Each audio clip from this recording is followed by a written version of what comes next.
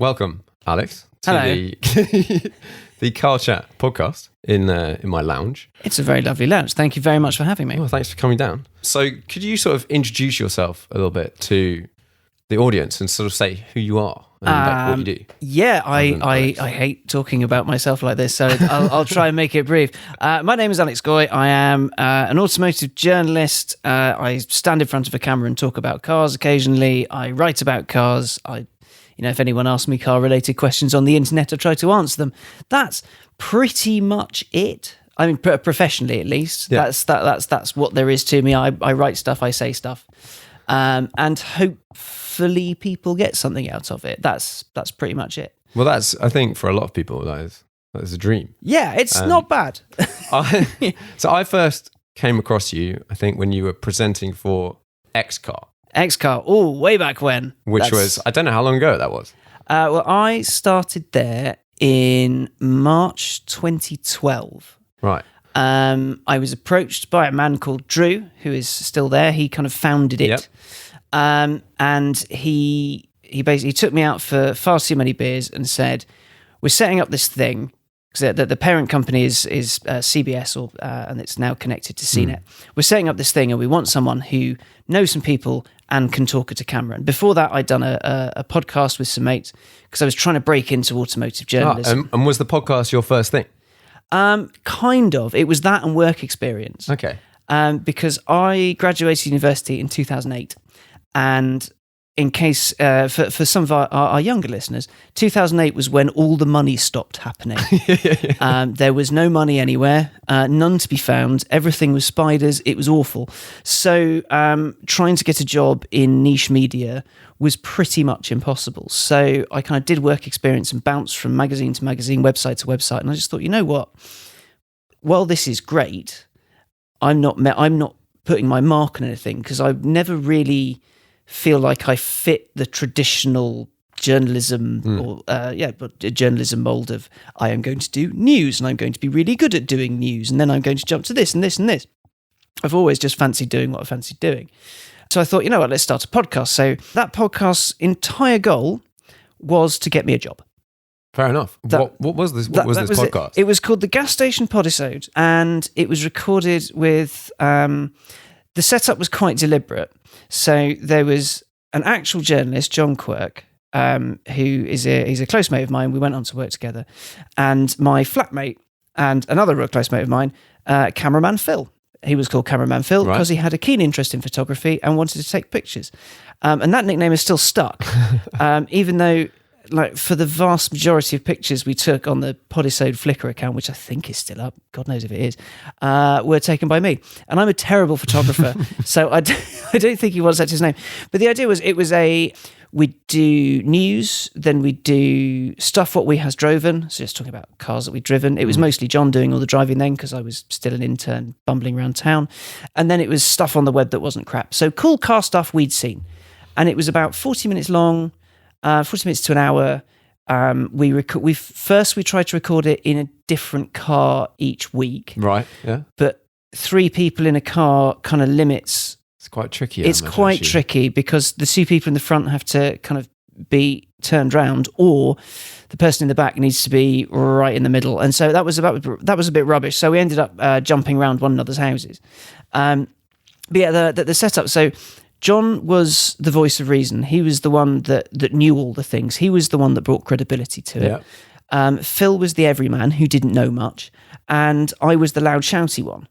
And the idea, ideal. Yeah, well, the idea was to kind of stand out, and it works actually. Like we ended up being invited on launches. We met loads of people. I got bits of work through it. That's really cool. And eventually, through people and recognition, and in no small part with the work experience and meeting people on that, ended up with a job at a news agency. And I lasted 5 months, and then I was offered this gig at X-Car, and it was great. I was told, make the videos you want to watch.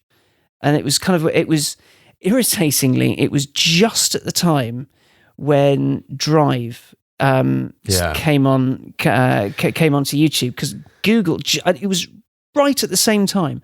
There's this talk of universal coincidences, so 2 different people in different countries invent the same thing at the same time.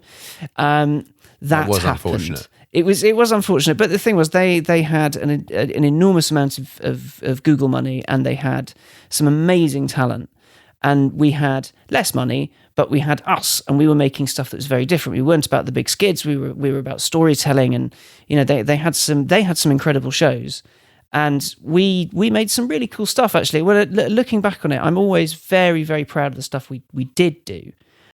XCar was so much fun because it was a learning experience for me as a person. One, in script writing, which is a passion of mine now. I when I present videos nowadays, I enjoy getting to grips with the scripts, and if it's something particularly meaty and something particularly historical, it's always fun.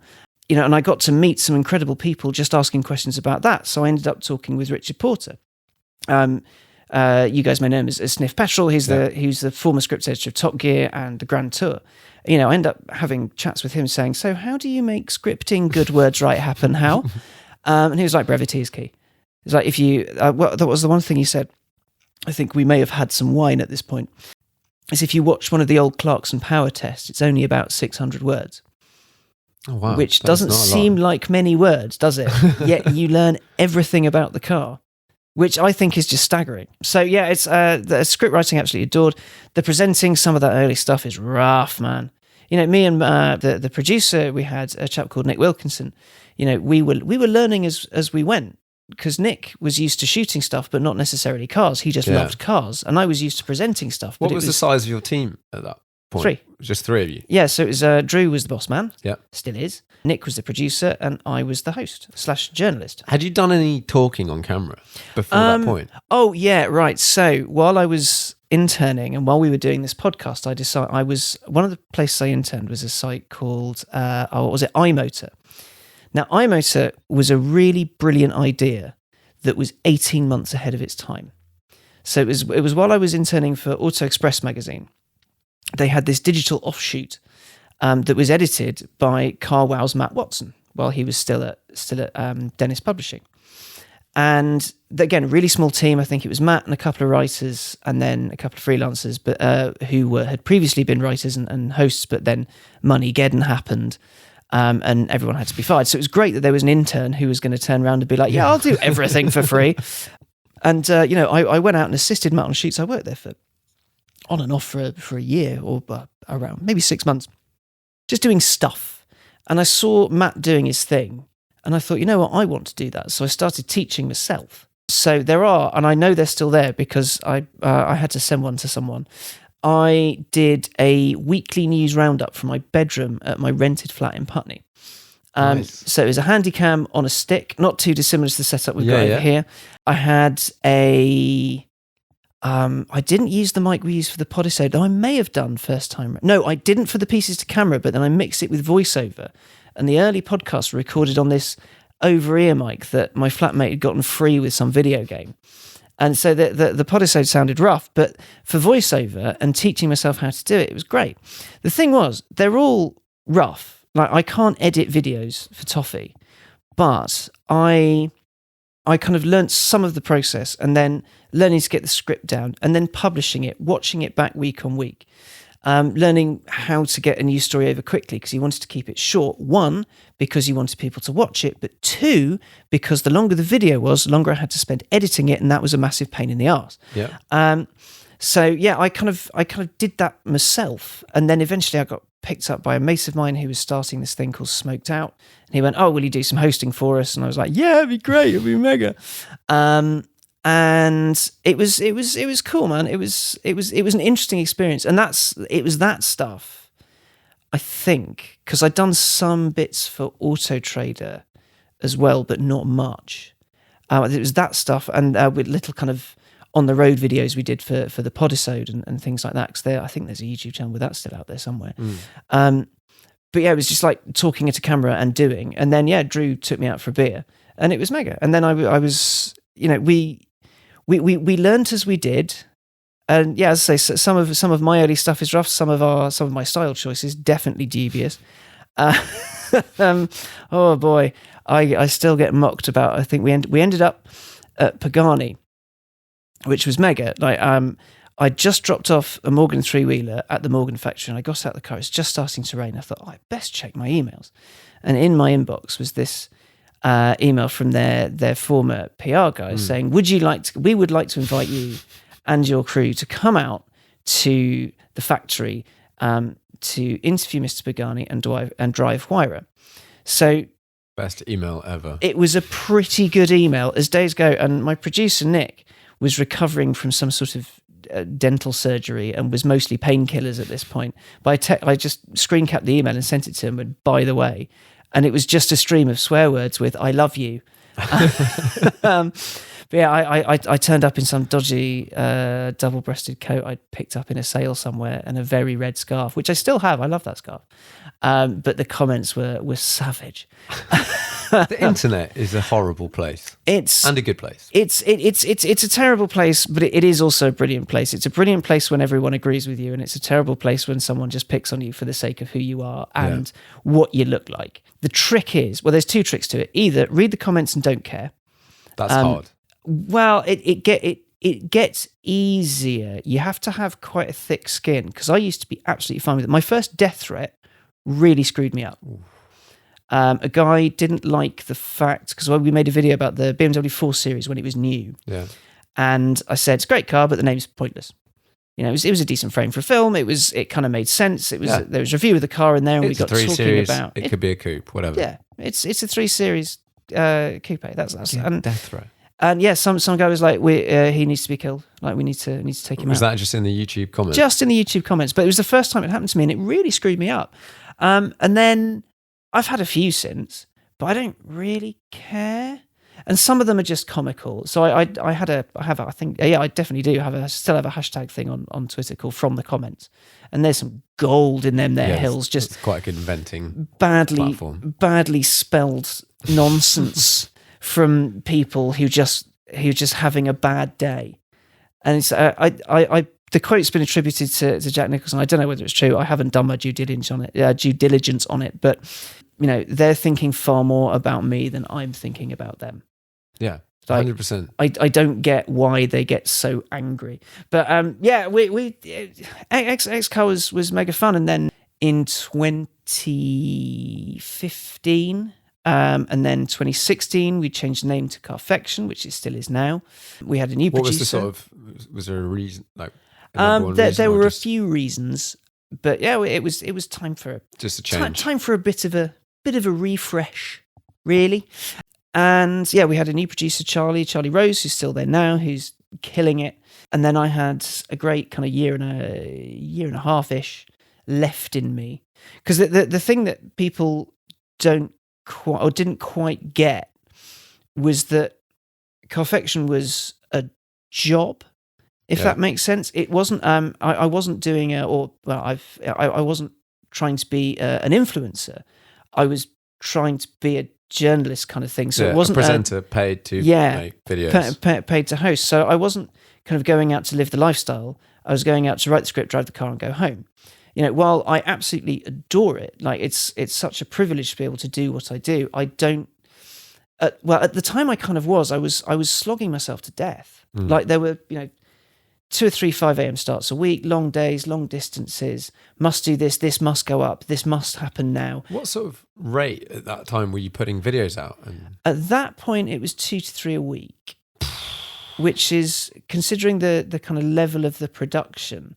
It wasn't always me, because we had Drew doing some. We had some amazing freelancers. I know Ben Consturis has done a couple, I think. These amazing guys called Rich and Daryl, who have an online mag called Motorpunk, which is, if you think about all the kind of quite serious car magazines, imagine the complete opposite of that. Sounds great. These guys go on mental adventures. The issue 1 of Motorpunk, they tried to recreate the car magazine road trip where they took a Ferrari Testarossa through Morocco, but they did it in 2 rented Dacias and wrote one off in the process. So those guys tell some amazing stories. So it wasn't always me, but kind of the onus. I did a lot, and I decided that I wanted to have a career. Yeah. And I knew it was kind of weighing down on me. I was working all the hours God sent. And this is something, it's not, I won't say it's a regret, but it's something that people need to take note of when they're working themselves half to death in their 20s and 30s is that I missed so much friend stuff and so much life stuff. Yeah. You know, I missed my oldest friend's wedding because I forgot I booked a 911 in, and it was the new turbocharged 991.2, and I thought, no, I've got to do this shoot. Sorry, mate. Yeah. And I, you know, as will become clear later, I ended up regretting that one quite a bit and feeling really guilty for it. He couldn't care less because it was a really small ceremony and it was like him, immediate family, and that was really it. And I said, look, I'll come down for that. And I didn't. He didn't mind, but I did. Yeah. So I you know, for me it was a job and it was a career path. So I was offered in 2017 after having an awful year in 2016. I started off with some quite serious mental health issues, not ridiculously bad to start with, but kind of pretty much constant anxiety, constant worry, and I kind of threw myself into work harder. And it was for a number of factors. I've never been, you know, 100% straight off the bat, hey, everything's great. Because, you know, I deeply envy people who are, and I deeply suspect people who think they are. I don't think there genuinely are many people who are 100% like that the entire time. Some people on camera are like that, but you break it down and no one can be that happy the entire time. No one can be. And that said, if you're, pardon me, when you're on camera, you kind of have to switch on the persona of everything's amazing because, you know, it's what it is. But I started kind of developing some quite hardcore mental health stuff, and people were starting to offer me jobs, and I thought, you know what, I need to change. Yeah. I need to do something. And Drew and I had always had a bit of a deal. It's like, if you ever wake up and think it's 4 a.m. and I've got to drive a Porsche, then it's time to leave. Yeah. And I wasn't quite there, but I just realised I thought I could. I thought I'd done everything I could. That wasn't the case, but I thought I could. So I was offered a job at a startup website called Motor One. It's this global network of websites. And I took a couple of weeks off, went to visit some friends, and actually had the first holiday I'd had, proper holiday, in about 5 or 6 years. Because it's entirely my fault. I was just working myself to death. Yeah. I must drive this car. I must do this. I was trying to collect them like Pokemon, which is just dangerous. And the rate the industry pumps out new stuff and the way the audience just consumes. They don't see any of the behind. They're just, we want the next greatest video in 4 seconds. And you're like, well, I've got to do it. And it becomes all consuming and quite horrifying at times. But so I left CBS, had an amazing 5 years there. Like, there's some stuff there. It was, what's the expression, like, no one tells you they're the good old days until they're done. Yeah. You know, I look back on those 5 years with such fondness. Some of the ridiculous stuff we did, like, it was some of the incredibly dangerous stuff we did. And then I went to work for Motor One. I was going to be their head of video, so setting up, and it was a far more consumer thing. But me being me, I was only really interested in doing what I wanted to do. So I made sure there were supercars and fast cars and silly cars and stories to tell. So we had, you know, strands on consumer advice. We had first drives, proper road tests, twin tests, and then features. So you could tell a story with a car, because that's what I wanted to do. I started in the June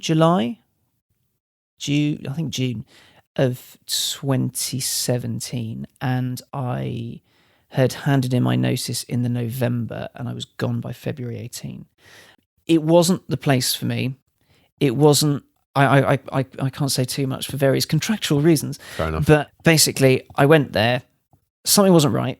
My mental health took a steep dive because I was trying to commit myself and care about this thing that something wasn't quite clicking with, you know? And I was, you know, I was drinking myself to sleep every night. And then I realized something was properly wrong when I was sat on pardon the crassness, but I was sat on the bog in my flat and I was hammered, and I was Googling how to kill yourself painlessly. And I just kind of looked at my phone and threw it out the room, just into the other room.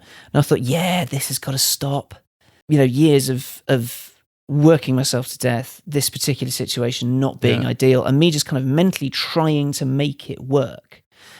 So yeah, I handed him. I had a proper breakdown. The November when I had day I handed in my notice. Yeah. Like no energy, couldn't move. All this. There were some. Don't get me wrong. We had some brilliant times there. We did a 5-car mega estate test where we had to order ball pit balls. Do you have any idea, in a very quiet office where everyone's trying to get on with their work and make sure no one's looking over their shoulder, do you have any idea how embarrassing it is to have to pick up the phone and ask someone if you could order 3 sacks of balls? I think I was rolling around in a. I used the boot of a 5 Series as a ball pit. It was mega. Like we had some proper fun. And we told some amazing stories there. I was invited up to race in Mission Motorsport's Race of Remembrance. Now, Mission Motorsport, for those who aren't familiar, it's a charity that gets wounded service people who have been pensioned out of the forces for whatever reason, be it an injury in the theatre of war, in training, just in their day-to-day work life, physical or not physical, and it gets them back into work. And they do all this stuff. And to quote or paraphrase their CEO, Major James Cameron, who is a lovely bloke, he's at Tank Slider on Twitter, he's ace. They fix broken blokes with fast cars, and every year they have this race called the Race of Remembrance at Anglesey Circuit over Remembrance Sunday. It's a 12-hour endurance race. So 6 hours one day, 6 hours the next, and there's a remembrance service on the Sunday morning, really? And it is just stunning. Now, I've been there twice now, once to compete and once just to watch, and it's a bunch of awesome blokes doing some seriously incredible stuff, and to be able to go and do that was actually, it's really touching. It's a life highlight. It's not a career highlight. It's That's a really life cool. highlight. I met some people I'm still very much in touch with through it. But I had this nervous breakdown. I was going to go in and hand my notice in properly, and I couldn't. I couldn't move. I was stuck for about an hour and a half, 2 hours, and it was horrible. Like it was genuinely scary. So I went to, I kind of took all the relevant precautions. I was already seeing a therapist, but I went to see the doctor and got all of the happy pills very, very quickly, only to quickly discover they didn't work particularly well for me. But everyone has their own different reactions to them, but that's kind of, they work too well for me, completely nullify me, and I don't like that. So I've got to feel it all rather than none of it. And then February 2018 went freelance, and it was kind of a strange one. Was that quite a bit of like a leap of faith? Yeah, well, the choice was stay where I was and almost certainly do something stupid, or go freelance and see what happens. Sounds like better. It's like, which turd do we bite into and find out whether it's actually good? Like that's where I was, and I couldn't tell anyone for the longest time because we couldn't tell the team. And it was great. I'd spoken to a few people on the slide beforehand, so I'm now very proudly back doing stuff with Carfection. Not lots, but it's whenever I have a story worth telling, I'll drop them a line and say, "Hey boys, got this? Do you fancy it?" And that's great because I really like working with them. It feels like going home to me. Yeah. It's Henry's show now. He's doing an amazing job. Like he's taken it from where I left it to where it is now. It's leaps and bounds different. He's a proper driver. He's an amazing storyteller, and it's bang on. Really, really, really love what he's done. So I'm proud just to tag along every day. So like, hello, I'm here. Nice to be home. And I'm working for, I do bits for Jalopnik, which is a site I've been reading since I was at school. So it's since such a funny website. Very early days of Jalopnik. It's brilliant. I fell in love with it because, as I said, I don't really get on with the normal news cycle of very, very prim and very proper. And this is the way it is. I mean, I can do it. Future clients, I can write news, but I much rather kind of play with stuff and have some fun with it. And those guys are great. I sent them an email. I dropped their editor a message saying, look, for reasons I can't explain, I'm going freelance. Do you want anything from Geneva? And the response was, yes. Can you cover the show for us, please? It's like, okay, yeah, fine. That's mega. And when you're doing, let's say, Jalopnik have said, can you cover Geneva Motor Show? Yeah. What does that involve? From your behalf, do you just write some stuff and then put the press photos on it, or do you run around and take some photos, or make a video? What so happens? for it, to be honest, it depends what the client wants. So I'm not contracted to anyone. There's no gentleman's agreement anywhere that if someone says, "Oh, you can only do video for us," that hasn't been said. I mean, I only tend to do video for Carfection. Yeah. But, if asked, conversations can be had. But for it all depends. I'll do what they ask me to within reason. I mean, no client will say, "Would you mind dangling your testicles over a pit of piranhas?" Yeah. But normally, well, for that show at least, it was run round, gather stories. We want this many posts over the 2 days. Gather interviews, just get it done. And it was great. And yes, some of it's press pictures, some of it was my pictures. The only problem is I am genuinely terrible at taking pictures. I am always in awe of guys like you who are like, "Oh yeah, by the way, I just took this on my phone." I'm like, how did you take that on your phone? The best I can do is accidentally flipping the camera around and like having a massive chin. I try, but God bless filters. It puts glitter on a turd. So it all depends what they want. I've found myself working in the most bizarre places as well, which is it's something I've really enjoyed because I do a lot of stuff for Drive Tribe now, which is great. They approached me a while back and said, "Do you want to come work for us? Do some bits for us?" Like, yep, mega. They're super free and easy. Again, they're another joy to work for because they go, "I'll just make it your own. Just do what you want to do. You sent us the pitch. We get it. Go." Sweet. It's a genuine dream. I've ended up working for a couple of newspapers, which seeing myself in print is always very bizarre. It's weird because I think as much as seeing big numbers on videos and stuff like that. Yeah. Like I've got some magazines back there that I've got stuff in. Yeah. And you look at it and it's printed in a magazine. And for some reason that seems to have, just like personally in my head, seems to have more kudos than like 100,000 views or something. Even though it's completely irrelevant because only maybe 4 people read the magazine. It doesn't. It's a very, very strange thing. Because when I was trying to be a work experience kid, I was working at my local paper in Cambridge, that's where I grew up. And there was that I had a byline picture.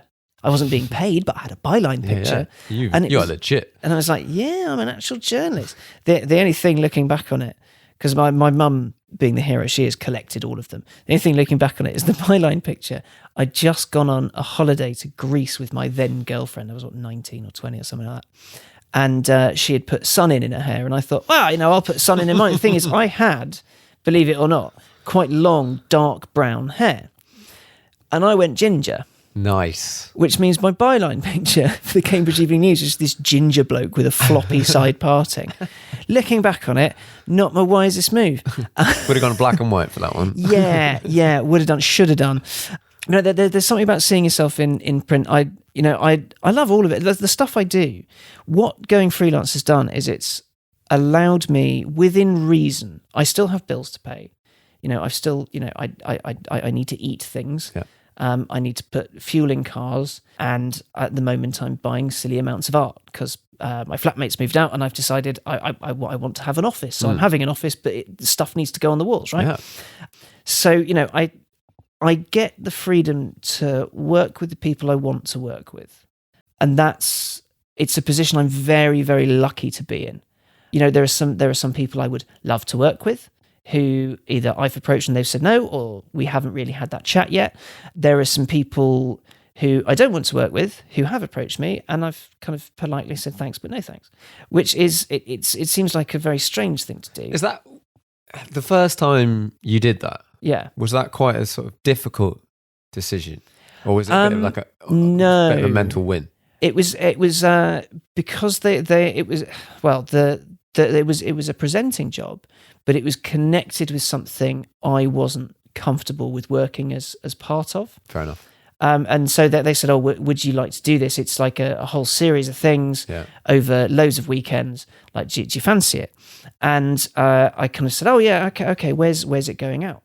And they said, "It's going out here." And it took me less than a minute to go, "No, sorry, I don't want anything to do with that." Yeah. Like it's a strange one, but we'll see what happens. With the freelance stuff, I'm thoroughly enjoying it. And when I haven't got a busy shoot day, I'm not getting up at 5 a.m. I'm getting up at 10. Yeah. And I wake up at 8, sort out my emails from bed, and then kind of go and make a cup of tea, sit down at laptop, and get stuff done. And the difference in mental health has been massive. That's awesome. Within like my first year of being freelance, I saw my friends and family more in the first 6 months than I did in the previous 5 years, which is insane. That's such a huge thing as well. Yeah. Like it's like, and I have better relationships with the people I was friends with. Previously, it's like, oh, Alex can't make it because he's off doing something. Now it's like I've kind of made a rule that if there's a friends thing booked in first, friends thing takes priority. Yeah. Sometimes that rule has slipped. 9 times out of 10, that's the way it is. I think it's super important. Like just allowing more time. I'm definitely finding that as I get older. Like you're saying, there's certain things you might miss, or because you're doing blah blah blah blah blah, whatever it is, and then you look back and go, well, one of those was actually way more important than the other one, and I can't do it again. Yeah, like my oldest friend isn't going to get married again. Yeah. But you know what? That 9/11 shoot could have waited a couple of days, or actually, at the time it couldn't, because to me it was the most important thing in the world. And as you know, I don't regret what I did, and I don't regret how it was done. We had an amazing time. We built something truly brilliant that I will forever be proud of. But I just wish I'd sort of my priorities. I wish I'd taken them a little more seriously, because I did lose. This is all sounding very nihilistic. You're still quite young. So I'm 33. So go and hang out with the people you want to hang out with. Yeah, man. Yeah, no. And at least you haven't done what you didn't want to do. For another 20 years. Yeah, exactly. Well, I think I did want to do it. It's just my priorities were all a little bit backwards. Yeah. It's that very strange thing. Is like I worked really hard. I was a proper workaholic, much to the irritants of friends and girlfriends and family. It was like, I'm working really hard so I can work even harder, so I can be the best at what I do, because I must be the best. That's a great mindset. It's a great mindset if you want to work yourself into an early grave. But having said all that, I adore what I do, and I'm so lucky and pleased and proud to be in the place I am now. Still continuing to work with Carfection, working with Jalopnik and Drive Tribe, and all these other people. It's just mega, and yet I'm now in a far, far better place. I'm pretty sure you weren't expecting me to go, so I had a nervous breakdown and everything's great now. But, no, it's fine. I don't mean that like that. I mean, it's interesting. It's real. Yeah, well, yes, that's the thing. I talk about it quite openly on Twitter, not necessarily on Instagram. I don't have much of a following on Instagram. And Facebook I kind of keep for event invites and people, as is increasingly happening, going, we've got engaged, or look at our... That's literally all my Facebook is. And it's like, either look at the inside of my or my partner's womb, which I find abhorrent anyway. It's like, okay, congratulations. You don't want me to see you/your wife naked. Why are you showing me literally the inside of her? That's strange. And yet, or look at this. This is this thing that no one else cares about. Yeah, but you do, and this is all my feed's going to be forever. And it's lovely for them. But I do use it to keep in touch with some people. But Twitter it's always been kind of my medium, because when I started off, so after the work experience, I went freelance for a bit, and by freelance I meant I wasn't going to work for free anymore. What it actually meant was I hardly worked. Because no one had any money, because the recession was still a problem. But it was my office banter. So Spotify was the noise and Twitter was the banter. And, I made friends through there. I got work through there. I still kind of communicate with people who I've never actually met through there. It's an amazing platform, apart from all the racism. I mean, admittedly, I don't see much of that, but it seeps into everywhere and everything, or it feels like that currently. But I talk about it quite openly there. I did when I had the kind of the catatonic episode in November 2017. I talked about it, and I've always been quite free and open with stuff like that, because very few other people either want to be or can be, because there's so much stigma attached with it. Now, having spent at that point 6 years in front of a camera, I had no shame. I have very little to hide. So if I can use that to help someone, that's really good. Then I'm happy. And it's also, quite selfishly, it's a form of therapy for me. Going, Yeah. I think a lot of people don't realize how helpful it can be just writing something down or, and like in the internet, you can write stuff. You don't have to say it someone's like immediately into someone's face, but at least you've said it and you've done it. And it just goes into the ether, noise happens, and sometimes people respond to it. So the most unlikely people respond to it as well. Obviously I can't name names, but people have come to me and said, look, what do I do in this situation? What do I do in that situation? I'm not feeling quite right. Help. Yeah. And, cool. I've never I'm not a qualified professional. I've just had CAC mental health since my late teens. And it's just gone on forever and continues to go on forever. It's not something I think I'll ever be able to kick, but it's, if I can use that to help people, then more's the better. It's especially with men, it's this whole stigmatized thing. And considering my Twitter following is mostly men who talk about cars. Yeah. Macho men, horsepower. Well, no, it's not necessarily the macho men crowd, but it's just blokes who talk about cars who have, my age and a bit younger, and then certainly older. Everyone's been told to hide your feelings, don't talk about this, don't react to that. So you end up with a bunch of repressed men who are like, why do I feel sad? I don't know what to do with this. I'm really confused. So it's kind of, if they need someone to talk to, I'm perfectly happy to do it. Because that was never around. I didn't have Twitter when I was 21 and going through kind of some pretty heavy stuff. There was the Piston Heads forum, and their response was, "You're still breathing, get over it." And I was like, "Oh, thanks." Cheers. Because, well, it was, that's the way it was. Whereas now we can talk far more openly about it. And the straight to bring it back to actually the reason I'm here. But it's the car community is actually really good about it, because some of them, by their own admission, go, "I don't know. I've never experienced anything about it, don't really know." And some of them go, "I've not kind of put two and two together until now. So thank you. Can I talk to you about it? Or who do I need to talk to?"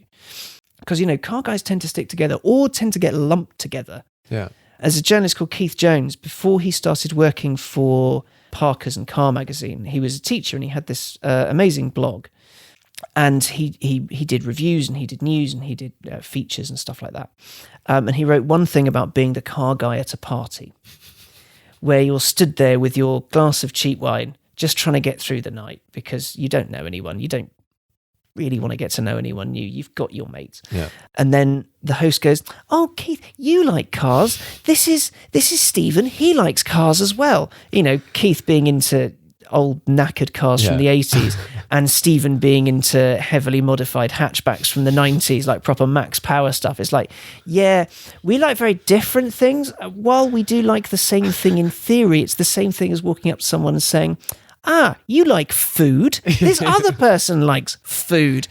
But being the broad church that it is, I think there's a lot of people in there that haven't necessarily been able to talk about stuff like that. So it's nice to be able to help. That's really good. Yeah. But that's me. Sorry, you might have to edit that down a little bit. Thanks for sharing that, because people don't, and people should be encouraged to talk about stuff they. Yeah, if anyone needs an impartial ear, I'm always there on Twitter and Instagram. I'm A1GOY on either of them. Like, just find me and say help. I'm perfectly happy to point people in the right direction. I'm not a qualified therapist. I'm not. I'm not going to say, well, what you really need to do is have a conversation with your mother. But I can point people in the right direction. Or if they just need someone to shout at. I've had enough faceless people in YouTube comments calling me an arsehole over the years. I'm perfectly comfortable with someone who said, "I need someone to shout at. Do you mind?" And, yeah, fine. Fill your boots, man. Brilliant. Well, thanks. I want to wind back to a couple of things you've brought up in there. Just like, I think there'll be a lot of people out there who might be interested in going out into the freelance journalistic world. Do you have any sort of advice or a basic strategy for maybe getting involved, or just stay out of my job? I'm always happy to help people so long as I don't go after my clients. No, if they're starting out, if you're starting out as a complete blank slate, no contacts in the world, entirely depends on what you want to do. If you want to go down the kind of more video route or the influencer route, then it is simply a matter of getting a camera, picking it up and doing it yourself. Yeah. And it's always, but at the same time, if you want to go down the journalism route, you want to write news, you want to write features, you want to kind of do the autocar triple test or a beautiful Top Gear mag feature, you have to write. You have to like writing as well, because if you don't like writing, it is the wrong job for you, because the fun bit, like a launch, for example, flying off to drive whatever, it's 2 days away, you're in a lovely hotel, you get wined, you get dined, you get trashed in the evening, you have some of the finest foods that the world can provide, and then the next day you drive a very fast car and you're probably a little bit irresponsible, though if you are irresponsible in those things, you will be found out and you won't be invited back. Yeah. But then you've got to spend the time writing it, and if you can't string a sentence together, you're not going to get sent or invited on that in the first place.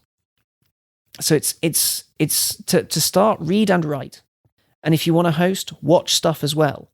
The writing and the reading is similarly important, because they will teach you the basics of scripting. If you want to, because the number of people, I remember years and years and years ago, there was a chap who really wanted to get into video. And he said, oh yes, I want to be a host. I've borrowed this car. And he did it in a 2-part review, so an exterior and an interior. Kind of, it was like a walk around. Yeah. It was an old model, but he was like, I want to do this. Yeah. And these things were like 20 minutes for one and 10 minutes for the other. And he was like, oh, so what's your feedback? And my response was essentially, this whole thing needs to be 6 minutes. You need to touch on the important bits and the important bits only, because for a script, you can't say, oh, well, this does this and this. You can't go through the touch screen unless you're a Saab Kyle, because that's what he does. Well, that's it. Exactly. There's sort of the conventional construction, journalistic host video yeah. type approach. And then you get these guys that do the super a 45-minute video on a seat or something. Yeah, and that's cool. The internet is a wonderful thing. It allows people of all different churches and perversions to find their jam. But this guy was like, no, I want to do what you do, so yeah. I'm going to do this. And I watched the show and I said, you know what? If you want to do it the way I do it, then it needs to be shorter.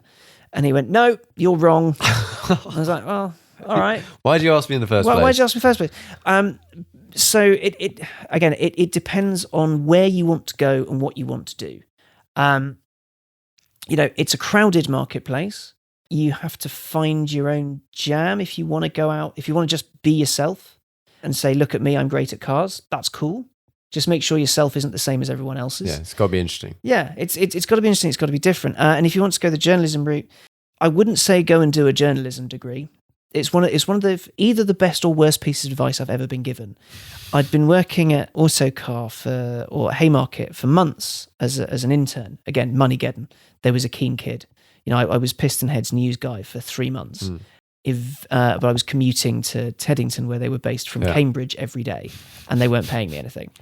We eventually convinced them to pay for a B&B up the road, so at least I didn't have to get up at 5 and get home at 10 and just rinse and repeat, because that's insane. And I sat down with Steve Cropley, an industry legend, like super lovely bloke. And I said, look, Steve, what do I do? What's my next step? I'm about to finish my final year at university.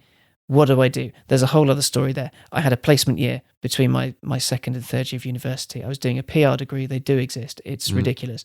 I ended up working for First News, which is I think at that point it was bi-weekly, it may have been weekly, just after it had launched. It's a children's newspaper. Unsurprisingly, I got fired. I lasted 3 months. It was, it wasn't great. Like it was the newspaper was amazing, and it's going great guns now. They're doing some amazing stuff. I think they've got like the biggest circulation of any newspaper, because fair play. The way they deliver their information is ace, and the way they treat kids like grown-ups, but explain it to them in a way that actually grown-up newspapers should do. Simply. But yeah, I lasted 3 months and ended up going to do a load of work experience at Autocar and Pistonhead. And I said to Steve, look, do I need to go off and do this master's in automotive journalism at Coventry? Because you can do that. Yeah. And he said to me, you've already met everyone you need to meet. Don't bother with it. Which I found quite odd. I was relieved because it meant no more higher education, because I'm not an academic person. I am not a bright man. Like, I can't sit and read a book and go, oh yes, I've assimilated all of this information. I shall now recite it with a poem and a joke you'll only get if you've read page 34. But so I thought, oh, it's fine. And then I kind of carried on. Maybe that was his way of saying, nah, mate, don't bother. Or maybe he was saying, you genuinely don't need it. Either way, I didn't go away. Yeah. That is one thing. If once you've decided what you want to do, if it is the magazine route or is the newspaper route, work experience is key, because you can't just rock up and go, by the way, I'm your next columnist, because you're not.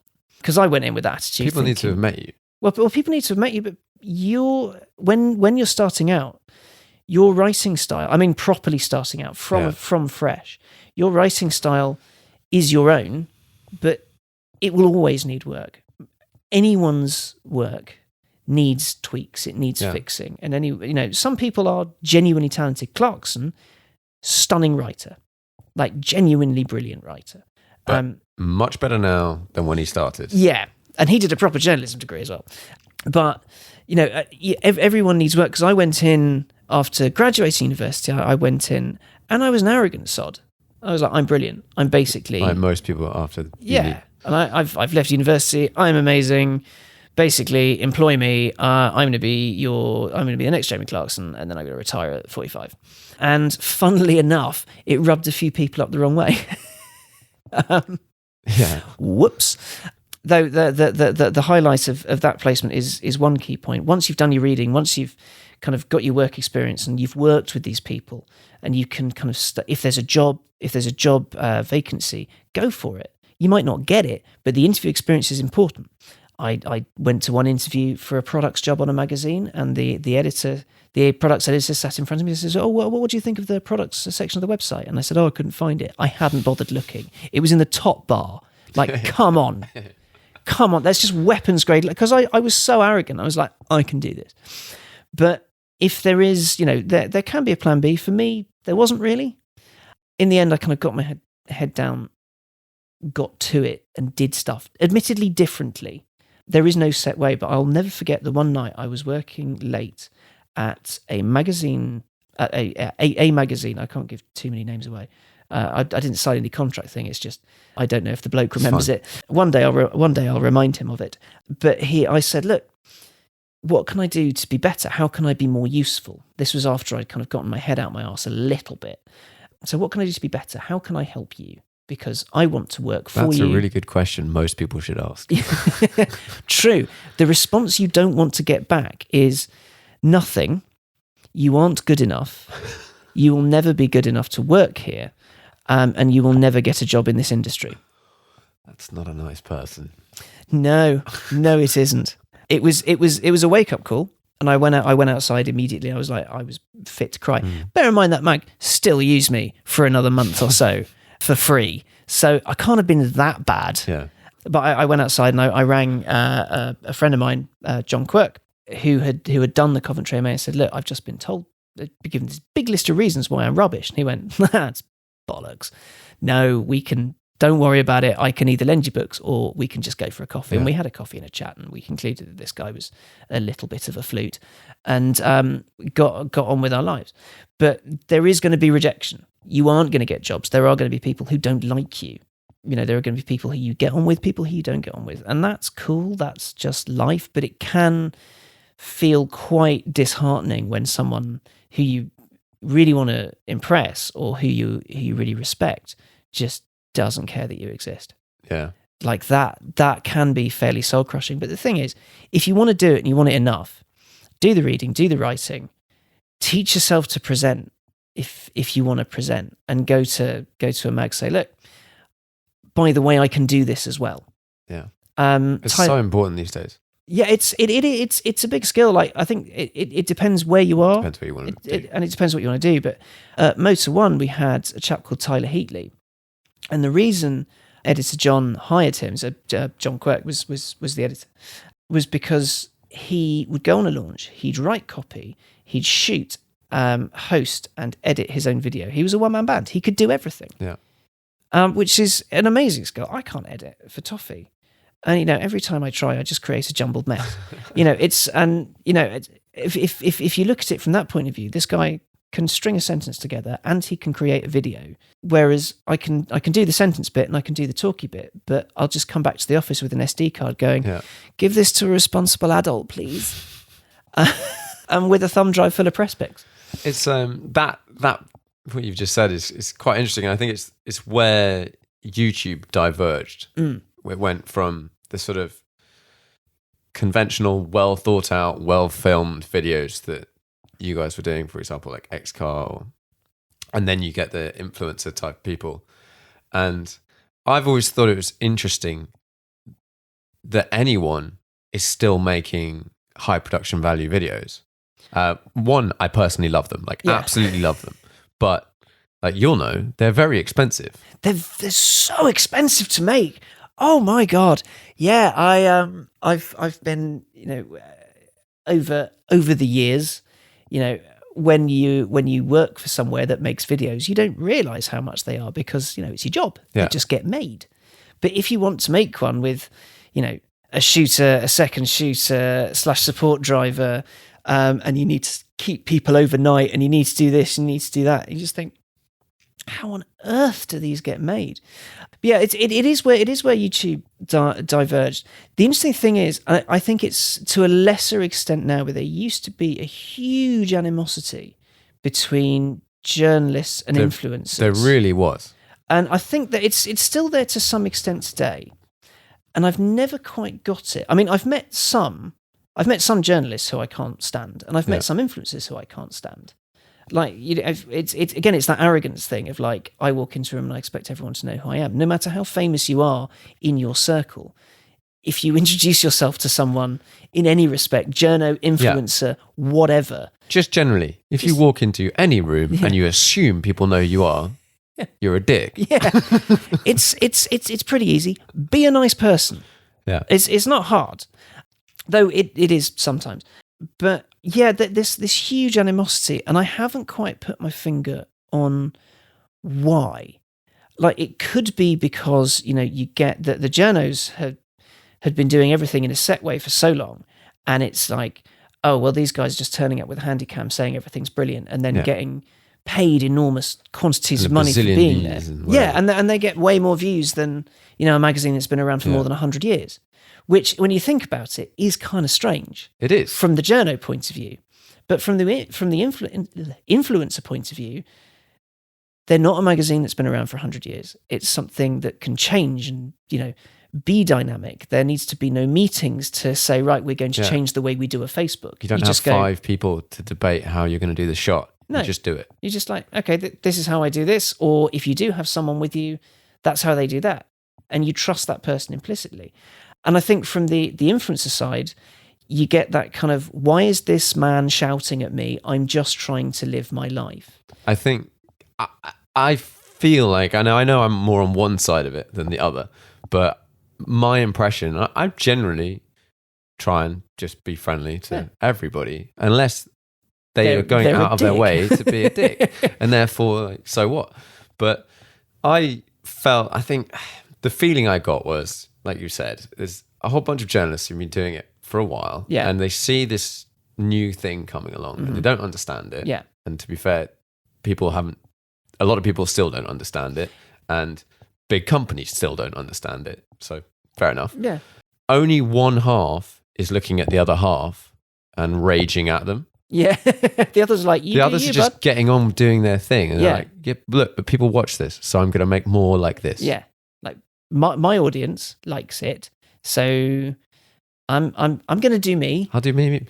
You do your show. I think there's also, I can't speak for everyone, and whether or not this is a completely false assumption. I think there's also there is a bit of a wealth disparity, because a lot of the influencer side is coming from money. It's coming from, I've got this, look at how great this is, and journo side, there's not really that level there. Yeah.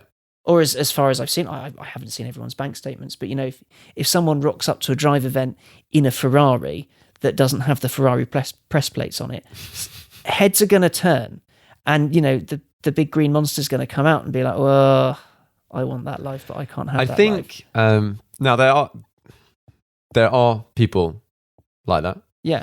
I think the general consensus amongst some people is that everyone's like that, and that how on earth could you have earned the amount of money doing what you do? The answer is some people earn a shit ton of money. Serious amounts of money for making YouTube videos or brand deals or whatever. Like 5-6 figures for doing something. You're like, okay, but and that's because the way they've done it is just it's how it works. But that's just I find the whole thing fascinating. I think there's still some animosity. I remember watching a blazing row between a road tester and an influencer, and just that one guy going, "Well, I'm brilliant at this," and the other guy going, "Well, I've got more numbers than you, so get bent." And it's like that. No one wins that fight. Everyone just looks a little bit silly. It's exactly like the YouTube comments situation of someone's just laid into you, and you can either reply or not reply. And not replying is always like not replying to delete is always the solution. Now, as I'm sure you said, like with certain things that really stand out, I found in my own online social media or whatever, I can generally ignore most stuff. And to be honest, there is a major highlight is when someone says something not very nice to you or whatever, and then one of your followers comes back in and has a go at them. Yeah, that's like always beautiful. The best thing ever. Yes, mate. This is the best. But then sometimes someone will come in with something just skewed, just at the right angle to hit a personal insecurity of yours or whatever. And they just bang it on the head. And it takes a long time to let that go. Once you've got over it, you get over it, and then that probably won't affect you again. Yeah. But like the stuff people say, like, you would not walk up to a random person on the street and say to them and expect one to not be like punched in the face or like locked up or something.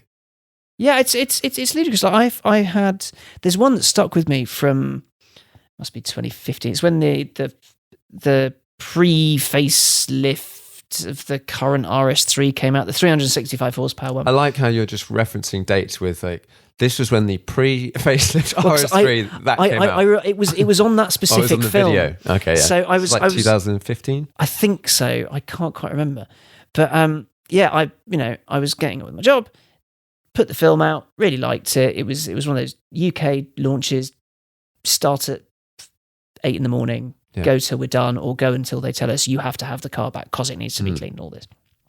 And I don't do exercise, and I eat brown food. It's great, which means occasionally I put on a little bit of timber, just a little bit. But I also like tight t-shirts. So, so I had this coat on, a tightish top on, and someone just went belly,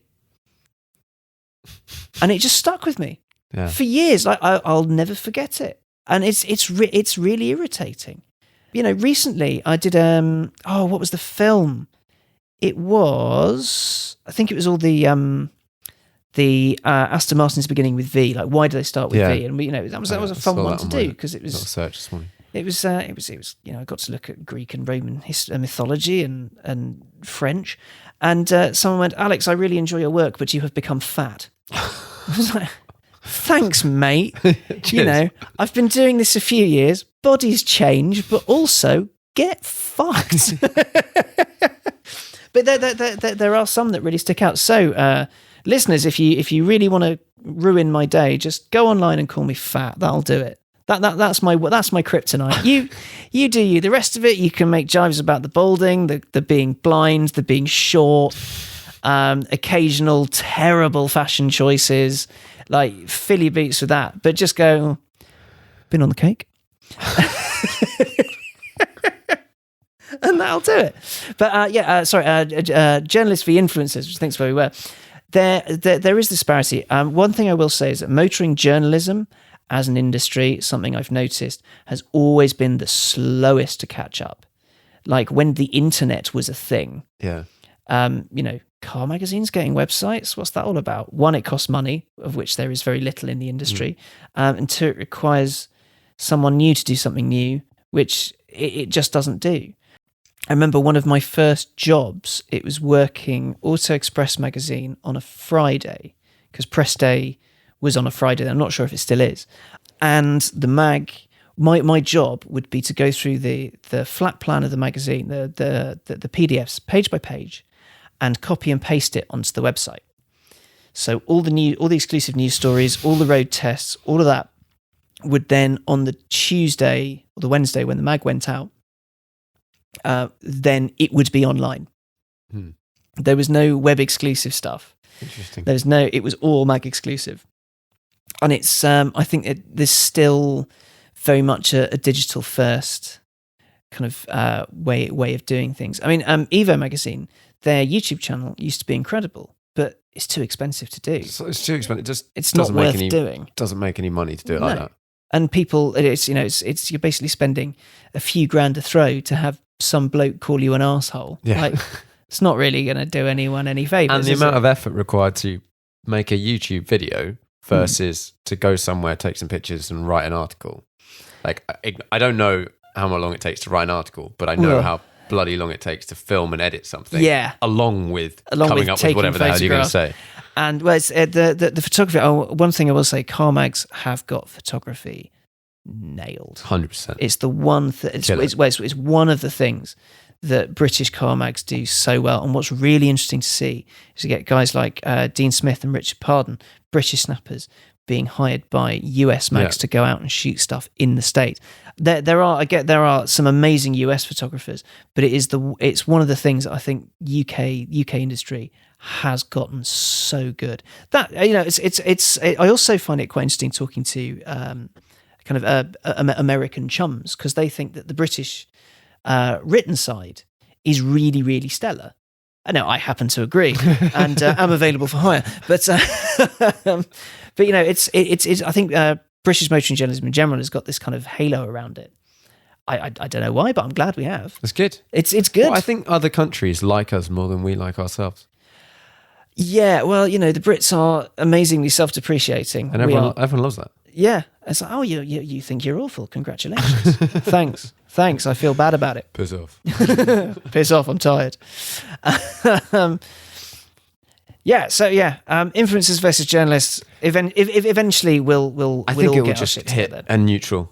Like when everyone's met everyone. Yeah. The arseholes are still arseholes. Yeah. Who on whichever side of the fence, non-fence, and everyone else can just get on. Yeah. Like if you go to a new school, or I don't know whether you had it when you went to uni, there's a bunch of people who just stick together and hate everyone. Yeah. And then there's everyone else. And by the end of uni, there's people that stick together and hate. There's a group of 5. Yep. And then everyone else has like 3,000 friends. Yeah. Simple. The end. And when I get home, I'm going to call my 5 friends. I wanted to ask you, because I believe you have a bit more knowledge about this than me. Uh-oh. we're just going to diverge into cars right now. Excellent. I can talk about cars. I recently went down to the Morgan factory. I saw. For the first time, and I drove the Plus 6 and a 3-wheeler. I drove the Plus 6 last week. Right. And I own a 3-wheeler. Yeah, okay. So any 3-wheeler related questions, feel free to send first my of all, way. You bought a 3-wheeler. Yes. How long have you had it for? 3.5 years. Oh, okay. So what made you buy a 3-wheeler? And right, that's just first of all, what took you to that? To save my own blushes and someone else's, I can't explain exactly why on the record. But in, I think, 2013, X-Car was kind of kicking off. And one of the car companies I really wanted to work with was Morgan. Yep.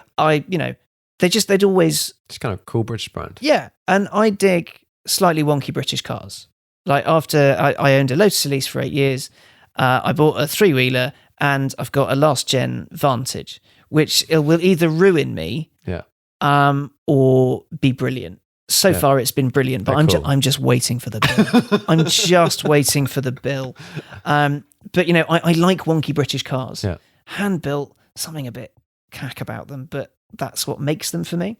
And yeah, I really wanted to work with Morgan. So we went up and we did, I think before I started at XCar, the guys did a thing in a three-wheeler, like a little sizzle reel thing. Yeah. And then we went back and we interviewed Charles Morgan about his Aeromax. Yeah. I love that film to bits. It was a really snowy January day and he just went, no traction control. And he took our cameraman driving in this thing and he was sliding about all over the place. He used to be a racing driver, so he just handled it because he's a lad. And then we drove an Aero Coupe.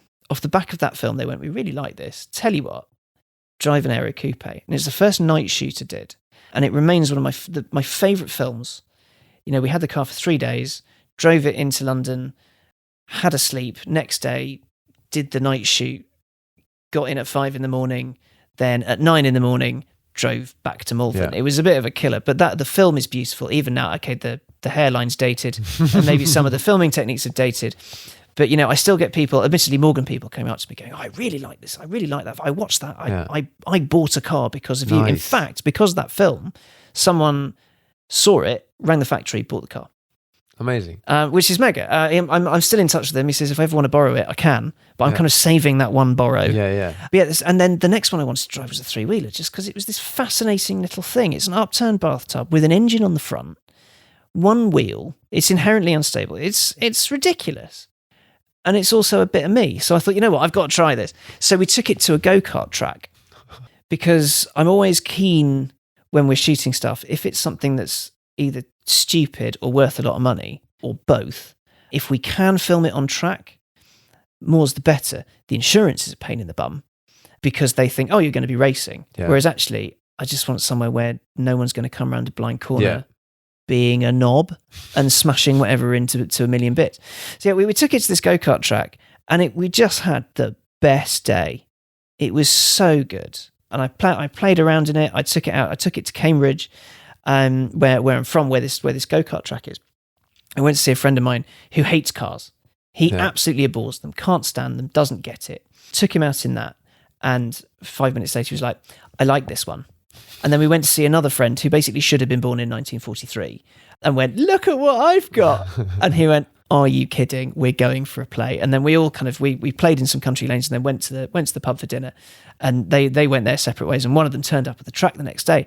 And while the crew was doing crew stuff, we just mucked around and played on a go-kart track. It understeered, awesome. It oversteered. Did you have a problem getting around any of the corners on the go-kart track? All of them. Just from lock? All of them. All of them. I had an amazing crash as well. It felt really dramatic at the time, but I tried to brake. The brakes were rubbish and I went straight off and it felt like a pretty solid straight on dunk, into the tyre wall. I was shown the footage. It's the least remarkable crash you've ever seen. Like there was no mark on the car. There was absolutely no damage to it. But I was like, oh no. No, I crashed the car. Got out, had a look. We're fine. I just wasn't good at driving it. If you dip the clutch in a corner, it will spin. Yeah. Pull the handbrake, it will spin. It's great. And the fact that everywhere it went, people liked it. And that's one of the things I love about Morgan, is that you can't drive a Morgan and have someone think you're an arsehole. Which is a seriously valuable point about a car. Yeah. Like it's the ultimate happy maker. Yeah. Like I circumstances basically meant I could maybe possibly buy a three-wheeler, and I thought, you know what, I'm going to do it. So went to the factory, had a chat with them, and said, I want to buy a three-wheeler, and they went, all right, it'll cost this much money. What do you want done to it? So I was like, I want Lotus Deep Purple. Well, I want purple. And then I had a chat with them and they said, well, there's two purples. There's this Citron purple or there's a Lotus Deep Purple. And the Citron purple is quite pink. Now, you've seen a three-wheeler. You know the shape of the rear. If you're going to have a car in purple, that rear is very colour sensitive. Because if it's pink, when you reverse it, you're going to look like you're driving a penis. So I went for the darker purple. Yeah. And it's just the best thing. I've done, admittedly, not as many miles as I probably should have, but I've done 8,500 in it. I feel like that sounds like quite a lot. Well, it's felt like quite a lot, especially when it's cold. And there's a chap who's driving his around Europe slowly, so he's coming in on tourist visas, and then doing Okay, the yeah, maximum doing it like maximum 90 days amount, or whatever it is. and then storing it somewhere, leaving until it resets, then coming back. Last year, I drove mine from Lisbon to London. I had some work in Lisbon. I was there for a month, so I drove it down the quick way, kind of through the night, and left it with Morgan, Portugal, that happens to be based 5 minutes from where I was staying, and they kind of made sure it was race ready. And then I spent 2 weeks just driving up the coast, making friends. People love it. It's the best thing. It is, objectively, as a car, it is the worst car on sale today. Like, it doesn't have a roof. It doesn't have doors. The boot is pitiful. It will oversteer and understeer. Things are wonky. Things wobble. The steering lacks any sort of feedback. The brakes are terrible. The motor is great, but at the same time, not very efficient. I get about 150 miles out of a tank. How big is the tank? Yeah, here's the thing. Morgan says it's 40 litres. That is a lie. I've never spent more than 25 quid filling it up, ever. And it's not okay, because I know there's a line that goes in between the two sides. And it's not just like you've got to wait for it to, well, there's like a big air gap. It's not 40 litres. I don't know what's in it. Like I had a look at some forums, and it was just angry people on a forum. So I was like, you know what, sod it. If I have to fill up every 150 miles, it is what it is. I'm going to want to get out by then. Yeah. I'll tell you what, it's more comfortable than you think on a motorway cruise. Yeah, I imagine if you're on a cruise or whatever, do you wear a helmet? Do you have goggles or anything funny like that? I should wear a helmet. I don't. I do wear goggles. I tried it literally the other day. After 3.5 years, I drove it back from Cambridge to London just wearing my glasses, just to see if it was possible. Yeah. Because I'm running out of contact lenses and I can't be bothered to go to the optician because I need to get my eyes tested and it's just faff.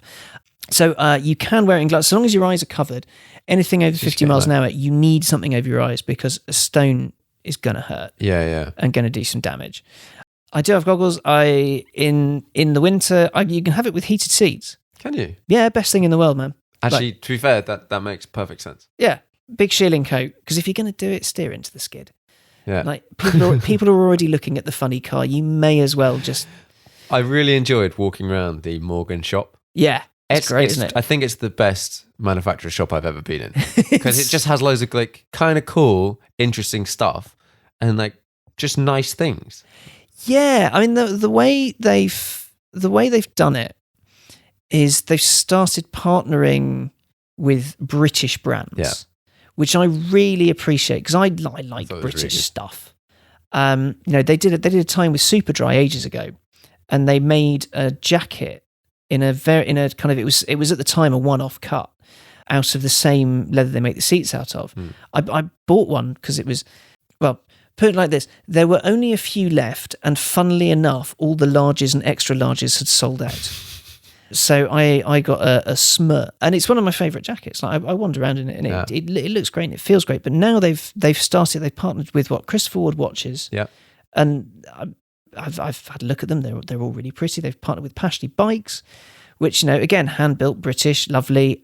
Peregrine clothing. Actually, I bought their wax jacket because it's comfy and it looks good, and it's got all nice things in it and everything. Like they do it right. They've done it really well. They've done it right. So what did you think of the three-wheeler? I loved it. Like genuinely had an absolute blast. So the car I drove had their stage 1 kit, which is like I think you can send it back and it can. You and I drove the exact same car. I'm interested to hear what you think because I had to go in that one on Friday afternoon. Okay. So first impressions. The exhaust, just get rid of it. Like too loud, isn't it?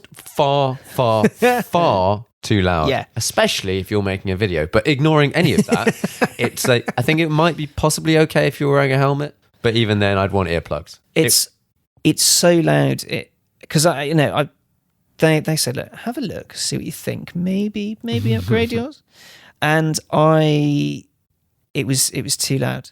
There were points where you lean on it and it hurt my ears. Yeah, it's just too loud. I think I've probably given myself some sort of hearing damage from driving it around. And you're driving around in this cool car, but you don't want that full Harley. It is too much. Tell you what, if you thought that was too loud, you're more than welcome to have a go at in mine. because it's completely unmolested. It's filthy at the moment. I need to get it clean. But I need to clean it myself because that's what I do for all of my cars. Definitely. I hate cleaning cars. It's such a pain in the I'm arse. not a massive cleaning car It's fan. awful. You're more than welcome to have a go in mine. Because mine is still loud. It's still antisocially loud, but it's way more civilized. So ignoring the exhaust, it's just that I think the things I was surprised at, and actually when going back to the Plus 6, it's like those are the only two Morgans I've ever driven. Yeah. And drove them back to back. The three-wheeler was way more comfy.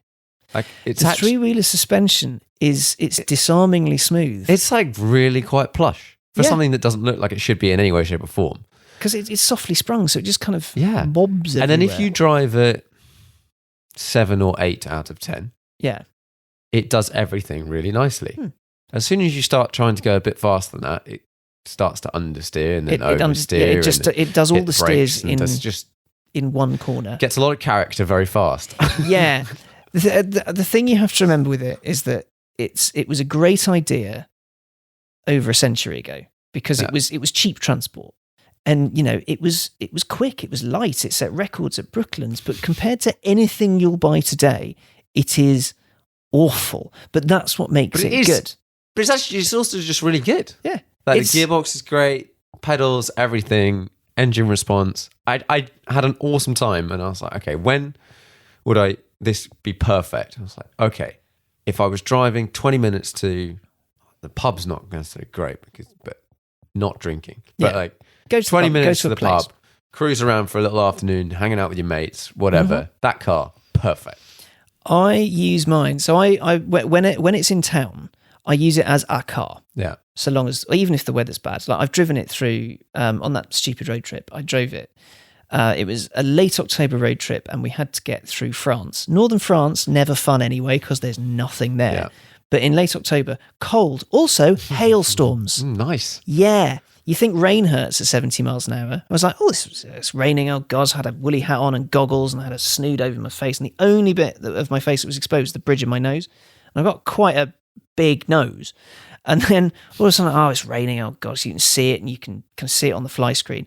And all of a sudden, I was like, that's a bit uncomfortable. Then all of a sudden, a hailstone, must have been the size of a small house, just smacked me in the face. Like, oh, God, this is spicy rain. This is spicy rain. I don't like this. And, in situations like that, it's someone sent me a link. It's type 2 fun. It's at the time, it's miserable and it's cold and it's horrible and you get wet.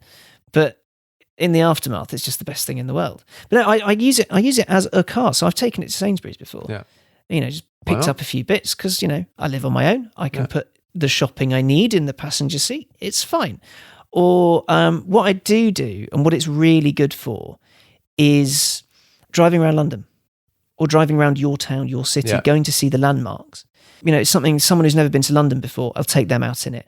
Or if a friend fancies doing it, or, the hottest night of the year so far, I just went out for a spin and had a look at stuff because it was bloody hot. Yeah. So I couldn't sleep anyway.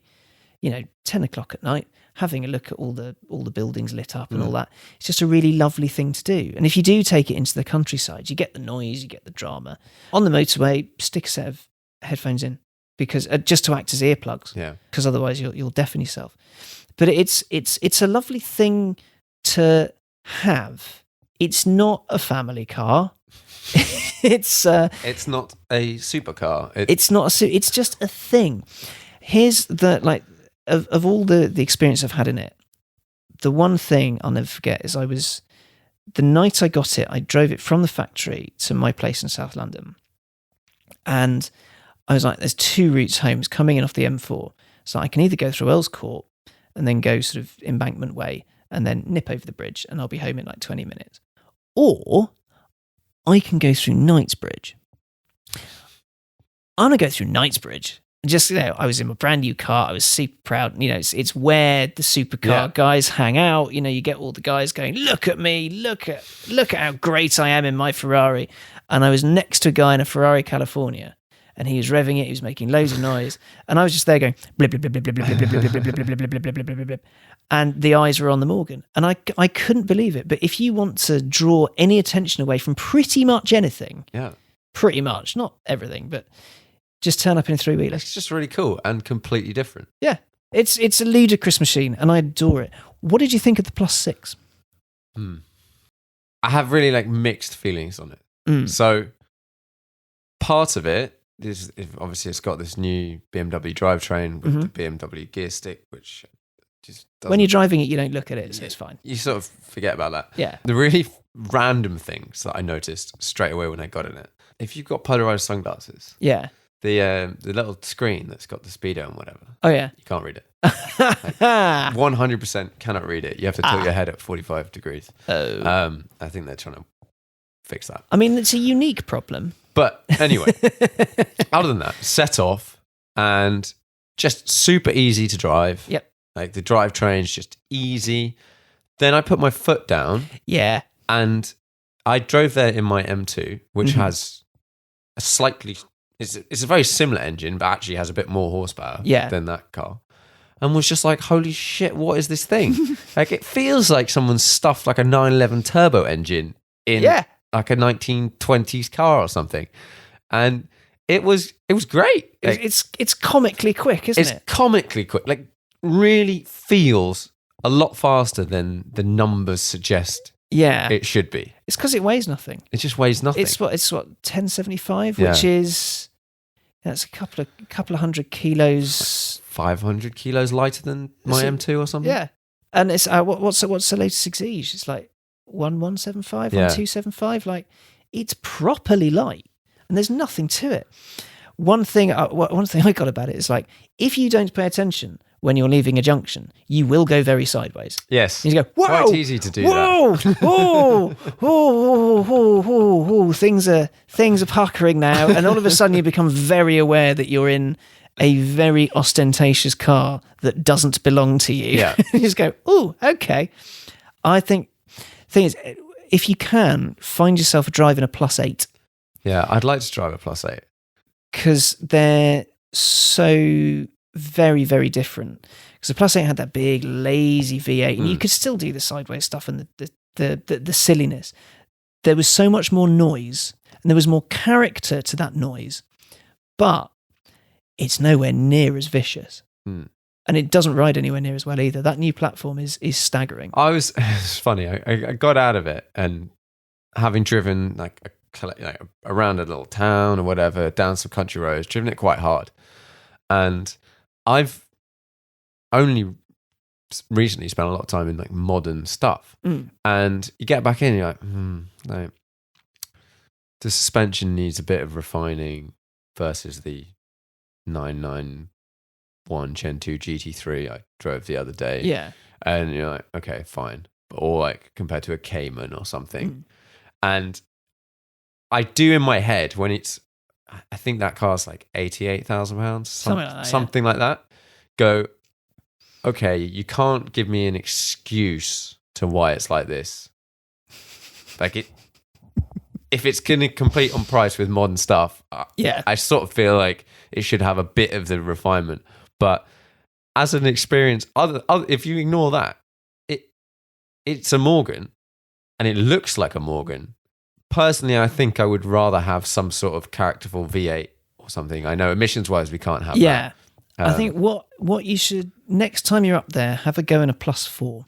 I want to have a go in a Plus, some of the older stuff. Yeah, because the Plus 4, the Plus 6, and I get your hesitance with the price tag, but there are reasons for that, and there are justifications for that I will get on to in a minute. The Plus 4 is interesting, because I drove the 110 Works Edition. I'd never driven a Plus 4 before. Yeah. I'd done Aero Coupe, the old Plus 8, three-wheeler. I'd never drove Aero 8. I drove the Aero GT, though, which was a mega, mega thing. Silly thing. The Plus 4, never driven one. And this Works Edition thing, the engine is 2-litre 4-pot, felt lumpy. The steering was very heavy. The steering wheel was too big. So I had to kind of slot myself, because I'm short of body but long of leg, which means my seating position is weird. Yeah. So I have to kind of slide myself in kind of sideways anyway. Objectively, the Plus 4 was not the better car, but I left there going, if I had the money, I'd buy the Plus 4. Yeah. But the points about price of these things, I get that. I totally get how the price is where it's at. Yeah, well, no, but it's if you're comparing it to modern stuff, 88 grand almost gets you a new 911. I think it might get you a Carrera. Or you'd definitely be in a GT4. Yeah, or an F-Type, or something like that. The thing about it is, the thing I've noticed is that Morgan people either have one of those already or don't want one. It's a very specific mindset of like, I want something quirky and a bit different and a bit weird. Yeah, and like all that handmade, the wood, all that stuff. You go around the factory. Because I occasionally, I'll put my hands up, I occasionally kind of host things at Morgan for Morgan. I'm an owner, have been for a while, and they said, look, you can say words. Yeah. Do you mind saying words on a stage? And I go, yeah, all right. I've emceed events, which is the first time I've done it. It was mega. And, you meet the Morgan people, and we're a very distinctive bunch. I met one guy recently who was, really sound bloke. He was driving his Plus 8 around Europe with his other half. And he's like, oh, I've got this car, I've got that car, and I just love Morgans. And I said, oh, what do you do? He said, I'm a powertrain engineer for a rarely major OEM. Oh, by the way, that Sport Plus mode on that super hyper mega turbo bastard thing that I've seen that you liked, I did that. And I'm like, what? You designed this hyper mega stuff to do hyper mega things, and you're driving around in what? All right, fair play. It's like Morgan people. It's not going to appeal to everyone, and I get that. But in the same breath, I've never really switched on to Mercedes. Yeah, I've never really been a Mercedes person, and I've just recently replaced my M2 with an Audi, and I drove the C63. Yeah, and I don't know why, because on paper I it like should be the perfect. engine, I like the car, blah blah blah. Drove the car, got out the car. Was not buying that car. Like, absolutely, just I don't know why. For me, like I've never been a fan of Merc's design language, apart from the AMG GT, which I really like. I think that's a properly beautiful car. Like Merc's saloons and the A class, it's just never ever done it for me, ever, and I don't get why. I mean, I'm similar. Do like. But I don't know whether I'd buy one. I do like the new A class. Okay, it just doesn't do it for me. Fair enough. I don't get it. I'm sure it's an absolutely stellar car. I like the new interior. The new, but again, it reminds me. I think BMW had a similar problem. Is that these interiors remind me a little bit too much like high-end kitchens. And like it's all very shiny, it's all very lovely. Yeah, but what happens when someone put crumbs on it? Or what happens when, your screen's covered in fingerprints and all this? I think it was the E-Class I drove. There were 3 different ways of putting inputs into the big screen. That just strikes me as a little bit stupid. Yeah. It's like, okay, well, you can twiddle the command system, you can press the screen, or you can use this touch-sensitive nipple on the steering wheel. Well, you can wave your hands in the air. Or you can, oh man, gesture control, do not get me started. Because as you may have noticed, I do occasionally talk with my hands. I've once not skipped tracks. I've turned songs onto mute, just been like, yeah, you do this, this. And all of a sudden it's like, where's the music gone? Oh, sorry, there's this stupid gimmick that's in season. Yeah, my sort of thoughts with that is, one, it's not something I'm going to use. No. But there are people that like it, and the people that like it love it. Are they all quite old? I don't know.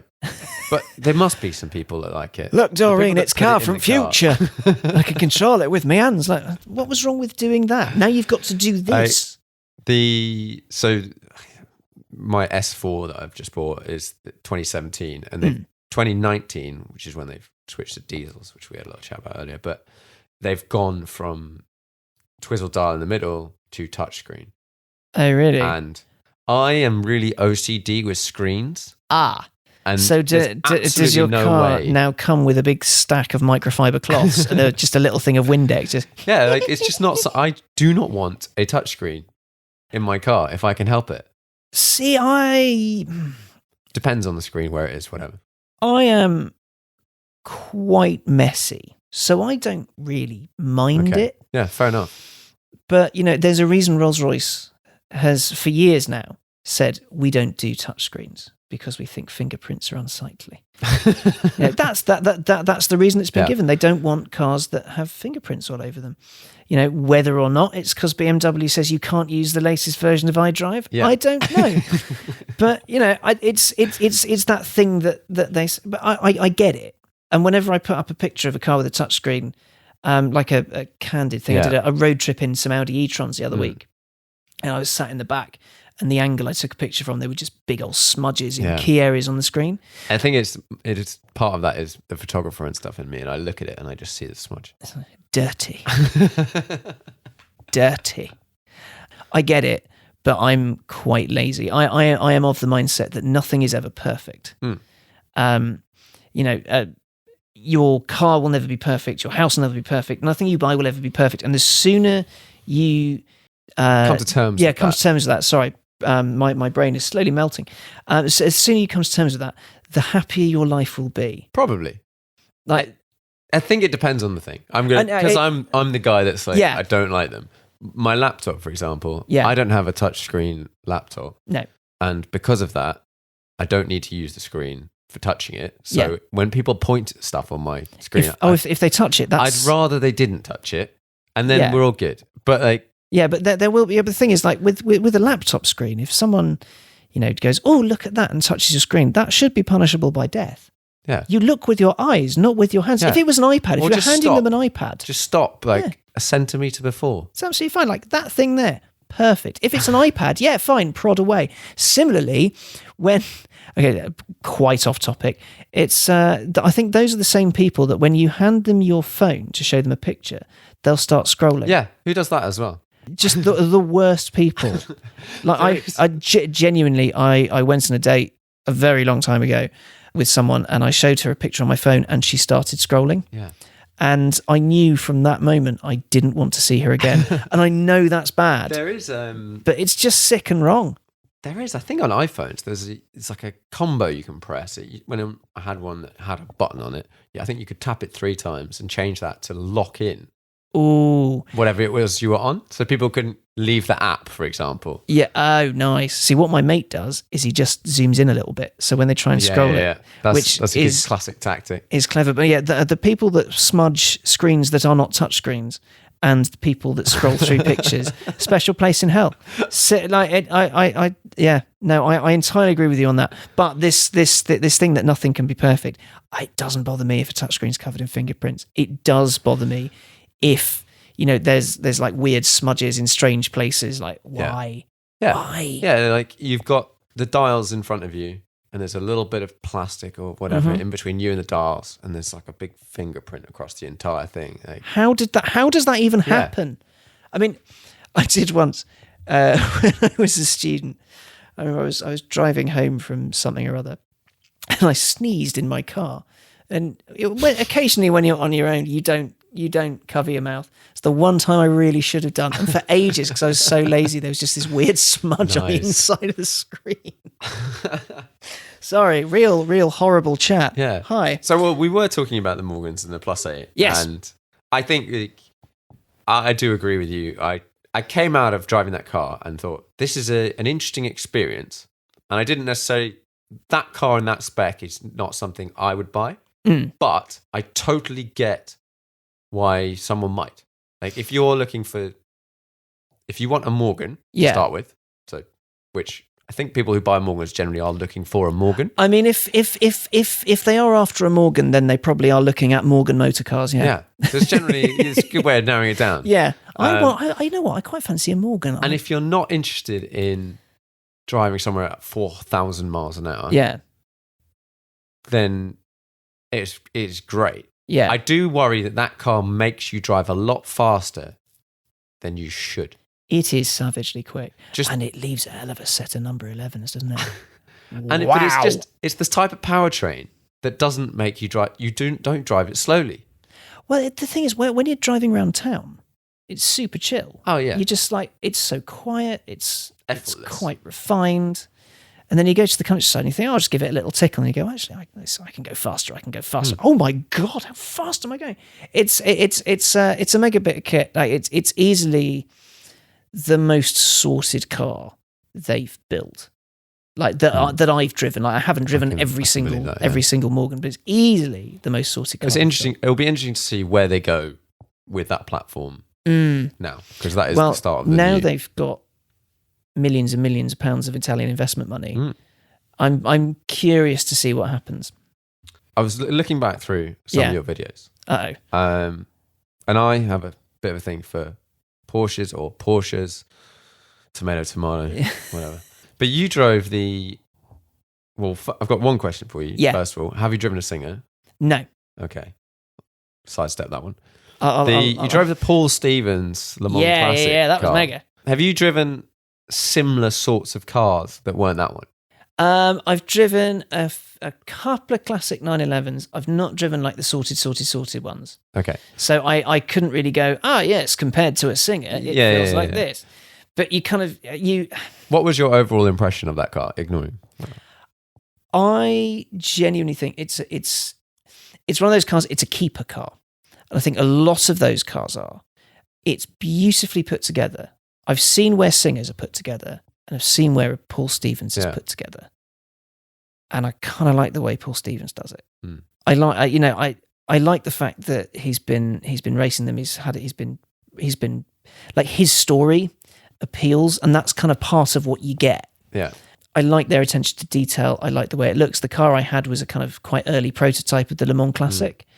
And, there were a few wobbly bits, and he was like, no, we're going to fix this, we're going to fix that. But, you've badgered us for so long that actually, we'll just give you the car if you'll go away. So we went and played for a day. It was a mega, mega bit of kit. It was so good. They're on my list of people to harass, to let me go and drive a car and have a look around. And I'd like to get definitely worth doing on the podcast. Definitely worth doing. Like, he's a really sound guy. Like, when you go into a showroom, it's all Porsche all the time. He's obsessed, and it's beautiful to see. I'm in my personal sort of car headspace journey at the moment. I'm going through this thing of I have a backdated 911. I don't know if you've seen it. It's by Auto Farm. I did a track day recently in it, and it's my first track day in that car, any old 911, and also that car. And I came out of it and sort of thought, it's really fun, really good, but I potentially think that car has too much grip. Now, at the moment, it's on some reasonably sticky tyres. Change the tyres then. And loads of cars, and I wondered if that Paul Stevens and generally things like the Singers and stuff like that, the way people are going with the older cars is they're putting bigger, wider tyres on all these things.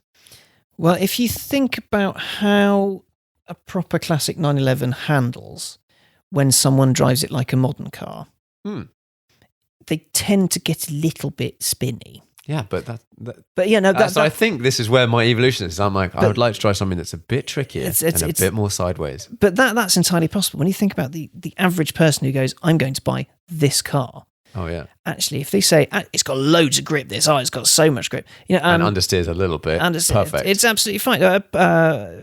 Stevens himself took me out in it in the morning and went, this is how it can actually drive. He's a proper race driver. And I will never claim to be a helmsman. I can get around a track, but... You must have done quite a lot of driving by now. Yeah, quite a lot, but I'm not, Harris all skids and what have you. But he was like, this is how you do this. And I was looking at that speedo thinking, good God, how fast are we going? This is magic. And he was flinging it round, and it was all kinds of mega. And I got into it, and I got it, but I can also see why there's, it has grip for a reason. It's lighter, it's got more power. The balance needs to be redressed somewhere. But that said, if you want one with less grip, someone will build you one with less grip. Oh, for sure, sure. Yeah, it's just that it's going through all these things. Like I've driven. One of the things I get to do is I have a Radical SR3, and so that will do like 2.5 G. I thought I like wonky British cars. Good Lord. But so that's one end of the spectrum. But then I also went and did a 24-hour race in a Citroen C1. Oh man, I'm so jealous of that. It was sick. It was so much fun, and I've had way more fun in a C1 than I have in any other race car racing anyone else. Yeah, just because so many people, the speeds are kind of a lot lower. Yeah, if there's an accident, you'll be okay. Grip, so you just the car's sideways like the entire time. It was just wicked. It's just hands down. If anyone has the opportunity to go and do that, do it. Yeah, I don't blame you. I'm well jealous. On the topic of Porsches, Yield. where we're slightly sort of running out of time a little bit. I don't have to edit it, man. You Philly boot. I edited podcasts for like 3 years, so I know what trouble you're getting yourself into. Oh, they're just really long. That's all okay. That's all right then. Have you driven a 992? Yes, I drove one recently to Leipzig and back in 3 days. What did you think? I haven't driven one yet. So I really got on with it, but so when the 991 came out, the big criticism was it's a GT car. Yeah. It's not a racing car. It's not a sports car.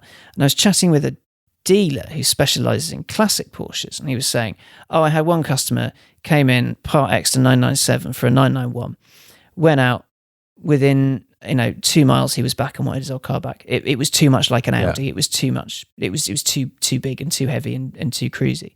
And you know what? For me, for the kind of driving I do, I don't care. Yeah, it's horses for courses. It's got the shape. The engine's in the correct place. It sounds good.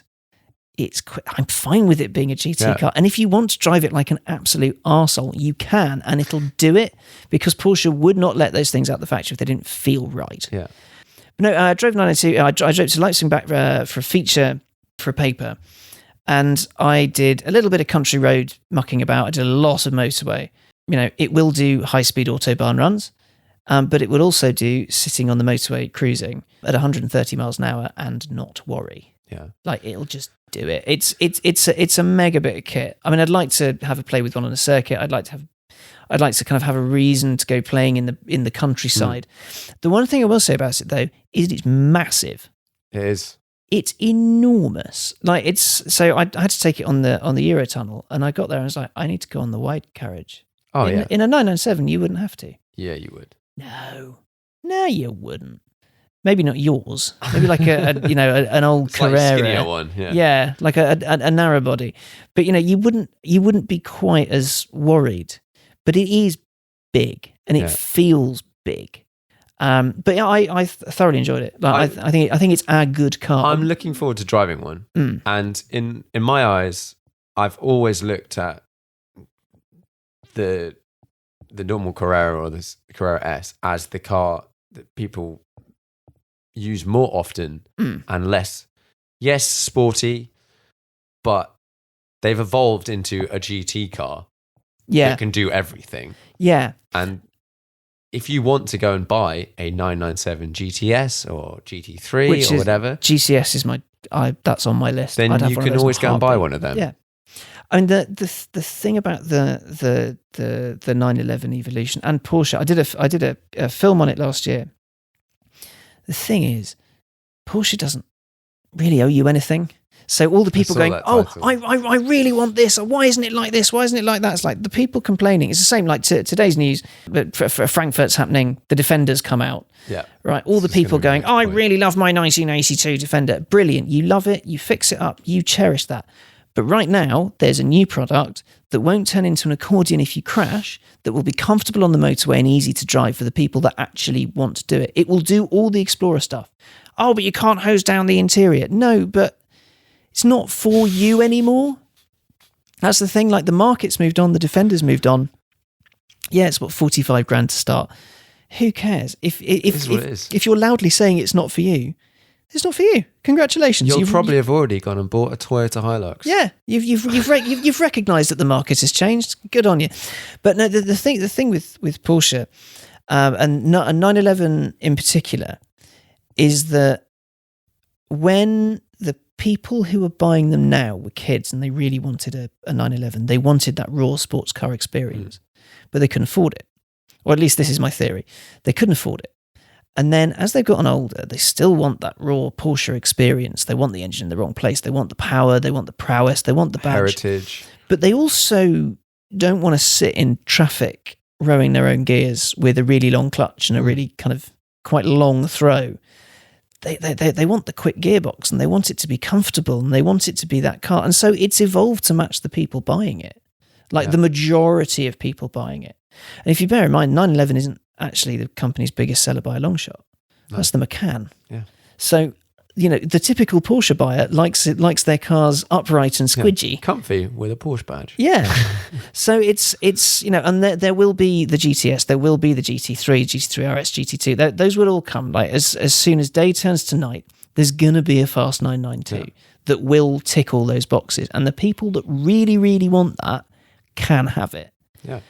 But yeah, I think as a soft squidgy thing, it was ace. Playing with it on a few country roads as a slightly harder edged thing, it was also ace. It was quick and it felt big, and I could fit a lot of stuff in it. And you know what? After 1,200 miles in 36 hours, I got out of it and didn't hate myself. What you said is exactly true. Like, even I know myself. Like, I love really raw cars. Yeah. But I also don't want to drive really raw cars all the time. No. And it's a problem the sort of situation I'm finding with my GT3 RS is I think it's one of the best cars of all time. Oh, it's a 997 GT3 RS. But I don't drive it. Staggering car. Because it's faff. It's faff and it's not as practical and all this sort of other rubbish. It's the reason I sold my Lotus Elise. I dreamed about that car. Age 12, I saw it in the back of a video games magazine. This is pre kind of Amazon and online shopping being easy. And so video games used to be sold in big lists in the back of mags. And from these like weird wholesalers that are probably just warehouses in Essex next to some porn warehouse. And at the bottom of one of these shops was a picture of a yellow sports car. And I asked my dad, what's that? And he went, it's a Lotus Elise. And I said, right, when I'm 25, I'm having one of those. Started saving, did the thing, 25 rolls round, found the one I wanted. It was a yellow S2 111R, stunning thing. I kept it for 8 years, but it was when, I hit my 30s and went, you know what? I'm not driving. I just wasn't driving enough because I didn't want to. It's not I didn't have opportunity to. It's like, okay, well, I need to go to Sainsbury's. Well, but there's a closer, smaller supermarket, and I can do that. And I need to drive there. Well, I don't really need to. I left it on my mum's drive for like 3 months. When I got back, it was covered in spiders' eggs. I was like, this is disgusting.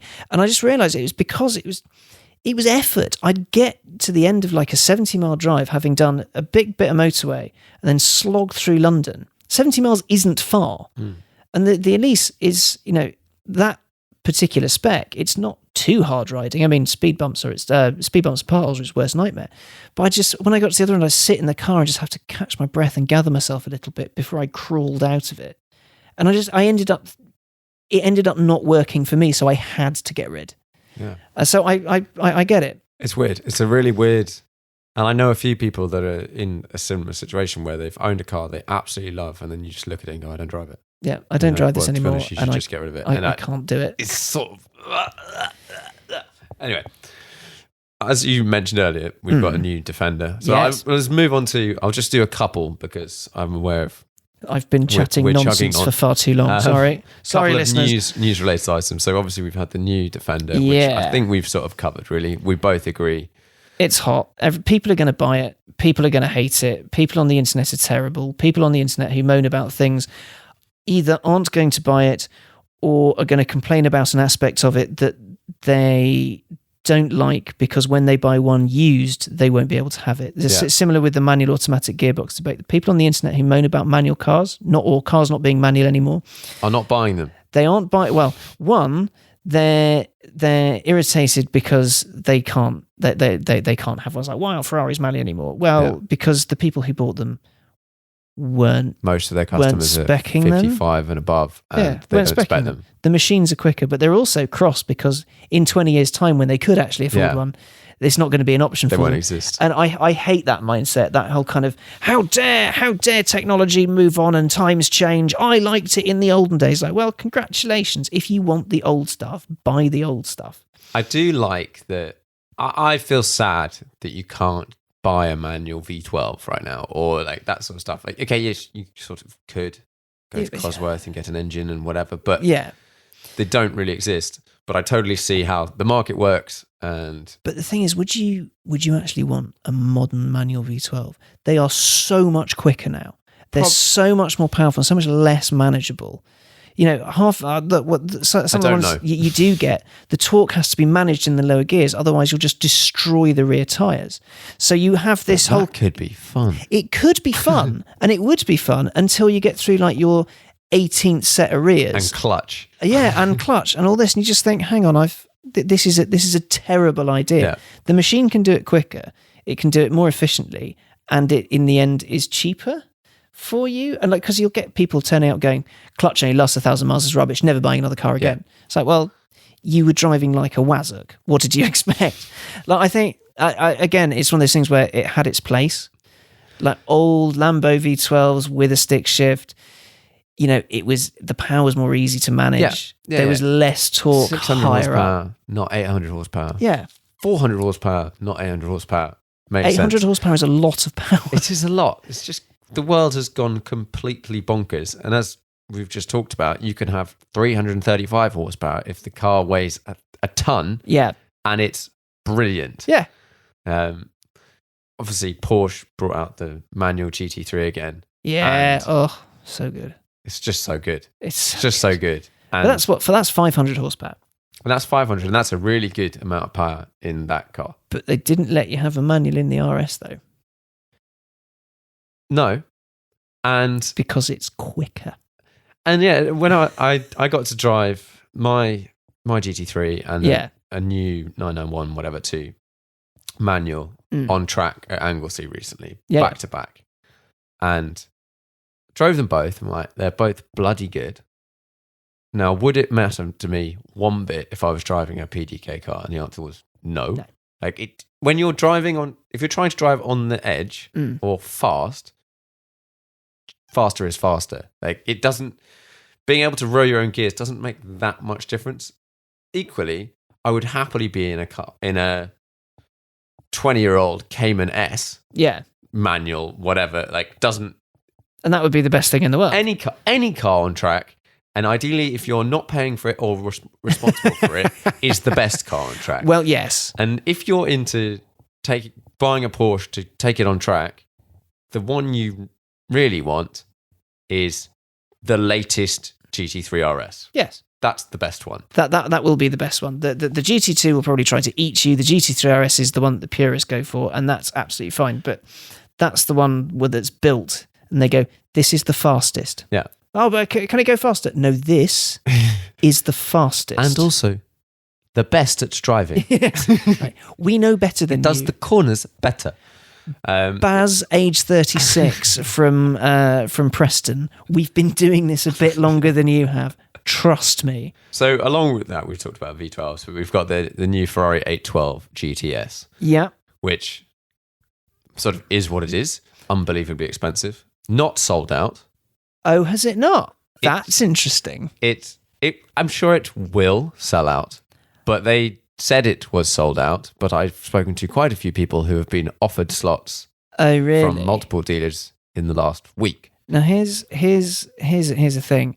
I'm getting massive Ferrari fatigue with that, because how many models in the last year?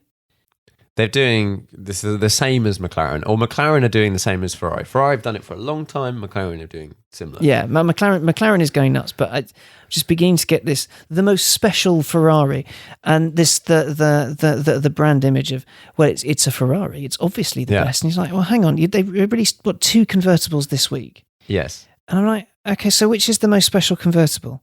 Which is like, how is this working?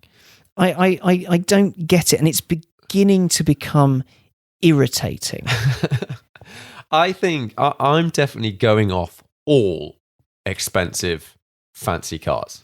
Is it because they're too powerful, too expensive, and they're all beginning to enjoy the smell of their own farts a bit? Yeah, and they're just like too powerful and whatever. Yeah. And with you're saying like with the F8 and all that stuff, it's basically 458 Mark III. Like, guys, just replace the car or don't. 458 was such a good car, but just incredible. I do like the idea of the 812 GTS. Ignoring any of it, someday that car might be like 100 grand. Someday, maybe. What's it retailing for at the moment? We reckon listed a spec'd up car is probably 370. Wow.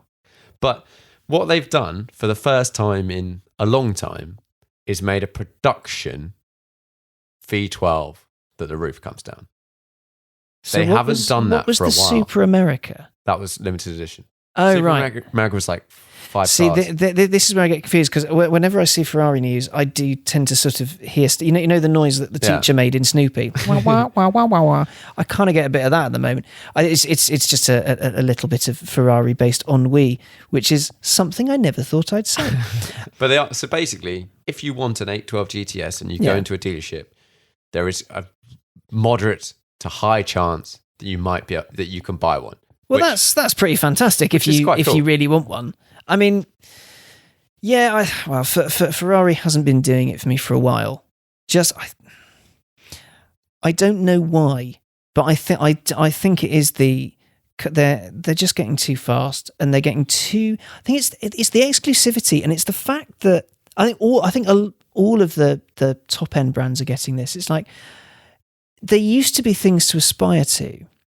And now, with a lot of the high-end stuff, it's just becoming a club for the boys. Yeah, and it's getting so ridiculous. Now, I like that they make these things. I like that they exist. But like, haven't been interested in a modern Ferrari really since the Speciale. That's a good shout. I'm trying to think of a modern supercar I would have. I want to have a go in the manual V8 Vantage. I think that would be good. Yeah. Is that the production of that is not out yet, is it? No.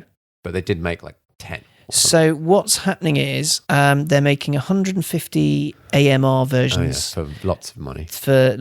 And then it'll become an option on the Regsy car. So I'm looking forward to trying that. But currently, I think 600 LT probably as really want as to a drive car one. to drive. Yeah. It's great. It spits fire. You know, Senna was impressive, but it's too big and too stupid. But I think, modern supercars, I think because everyone's got this, the power race is happening still, it's going to keep going and keep going and keep going. What I'm curious about is why is Ferrari now going, the first series open top Ferrari? Is it because there's a DBS Volante? Is it because of a 720S Spider? I don't know why they haven't done it for a long time. I just don't get it. Because you say they think they can sell it, but apparently they haven't. No. It's only been out for 2 weeks. Yeah. And it hasn't sold out. But isn't that... That's not like 3 years. True. Which some other weeks, cars is... And they've sold thousands of them or something. Yeah. But there are still slots to go. Yeah. Okay. But they will go. Okay, all right. I mean, they may not, but it doesn't matter. But they're going to make a bunch of them. Yeah. So for the people out there with loads and loads and loads of money or whatever, you can buy that car. And then in 7 years' time, I might be able to afford one. I might be able to get one. Exactly. Excellent. And it might still be in warranty as well because they've got mega warranties on Ferraris. That is one thing Ferrari I do rate. Yeah, the warranty is pretty punchy. But I think with I think the hypercar fatigue is happening. I think the interesting things at the moment are the lower power, and by lower power I mean 300 and fewer. Like 400 horsepower in a hatchback is just insane. Yeah. And it's asking for accidents. But that said, maybe I'm just turning into a grumpy old man. Or maybe I just need to, have a little bit of a break and then come back and go like, I think I get it now. When you get to drive loads of stuff all the time, or reasonably often, and they do become less special, all of these things have got silly fast. Yeah, I just think it's so in order to make this thing possible, we've had to electronically limit it, otherwise it's undrivable. And we are getting to that it's undrivable stage. I mean, the Veyron had to have special tyres and they had to be fitted in a special way. That was a numbers car. That was a stupid car, but it was a special car because it was the only 1,000 horsepower car. Then it was the only 1,200 horsepower car. But now we're looking at production Ferraris with 1,000 horsepower. Yeah. And we're looking at Aston Martin coming out with cars with, around 1,000 horsepower. You just think, what are you going to do with that? What? And this is sub £1 million, 400-500 grand, So in theory, in another, so what Veyron was nearly 20 years ago now. Well, no, it Was was 2005, so it's Still a long 14 time years ago. So in another 14 years' time, 1,000 horsepower, there'll be an We're gonna be M3 with electric. 1,000 horsepower.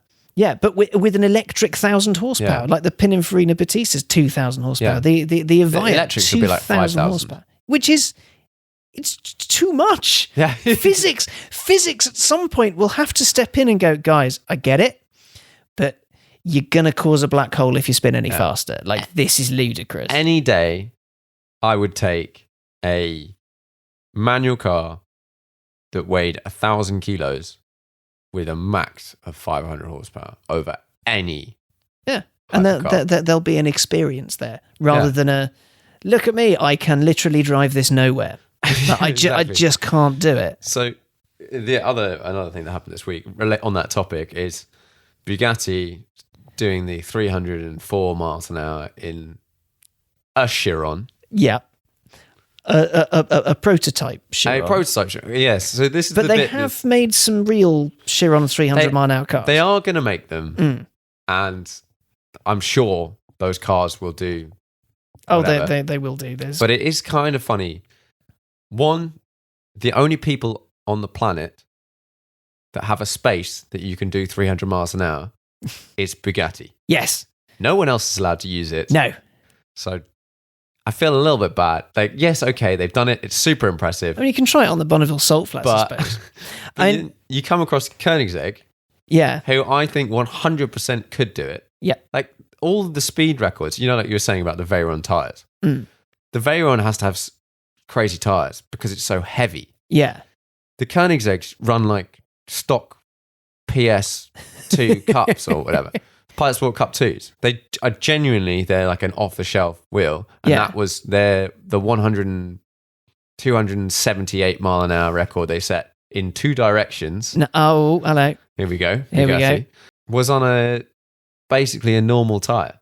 Yeah, well, which is crazy because it weighs like a ton less. But ignoring that. The thing is, having just thoroughly dicked on hypercars and supercars being too powerful, I love this news.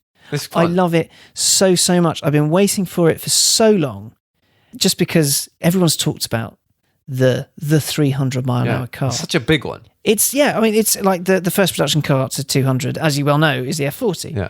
A staggering piece of engineering, especially for the era it came out in. Yeah. Absolutely mega, right? 300 is just 300 bonkers. is mental. And, will we go faster than that? Did people think we'd go faster than 200 miles an hour? Probably. So someone probably went, no, maybe 10 over. But now you can buy a cheap McLaren that'll do 204 miles an hour. So, that's become the norm. I somehow doubt 300 miles an hour is going to become the norm. Even Bugatti has said, we're going to stop doing this now. Yeah. It's getting silly. Reading I think it was an Autocar article, and who's the guy that was driving the car? Andy Wallace. Andy Wallace. A hero of a man. Great guy. Yeah. Some of the stuff they had him saying in the article, or quotes from him about the car at 300 miles an hour. Yeah. It's just like, oh yeah, that was sketchy and that was Bugatti doing it. And we know they put in a lot of stuff. And he was like, things like the gyroscopic effects of the wheels turning that fast starts to mess with the steering. And like, he was like, there's a perfectly flat bit of this track. Yeah. But if you go over it over 250 miles an hour, it's not flat anymore. And the car comes off the ground. And he's like, oh yeah, so after the run number 5, I'd sort of built up the confidence to keep my foot flat through the jump, as they called it. All this stuff. And you're like, I needed the human element of someone driving it. And I think if you're going to have a human element, Andy Wallace is the one to do it. Like, I got to spend a lovely couple of days with him a few years ago. He took me around a Grand Vitesse Super Mega Hypersport, the world record breaking Veyron. Good times. Very good times. Very eye-opening 2 days. My definition of fast car changed forever. And he's such a charismatic man. And if you just met him in the street, you wouldn't kind of guess that, oh, he's one of the fastest men alive. And he's got balls of steel. But then you kind of watch him do his thing and you go, oh, you're insane and I love you. I know I'm so like, yeah, as I say, having had a go at hypercars and it all getting a little bit silly, I'm glad this silliness has been ticked off. Yeah. One, if anything, it will shut the people from Keating up. Have you heard about the Keating bolt? No. Right, so here's something for you and your listeners to Google later. The Keating bolt. Keating is this supercar company, hypercar company that for many years has been promising it will bring out the X amount of mile an hour car. And they revealed a concept or a pre-prod of the Bolt, and it was so ropey. And they're like, "Yeah, this will do 300 miles an hour." And I was just thinking, not with anyone sane behind the wheel. It looks like a death trap. I think it's run. I don't know. There was a planned high speed run of it, but now, as I said on Twitter when it happened, Bugatti has stopped doing it. They're going to be like, no, we're out of the high speed game. We've done it. But when it comes to the biggest dick measuring contest, the first to reach the milestone is the one that sticks, and that's the one that matters. Which is why they could like the guy who cracked 200 miles an hour the day after the F40 is like the guy who turned down the Beatles. So whoever does it next. Doesn't matter. Oh, it's another 300 mile an hour car. The 300 mile an hour record, which was first broken by the Bugatti Chiron, that's the headline.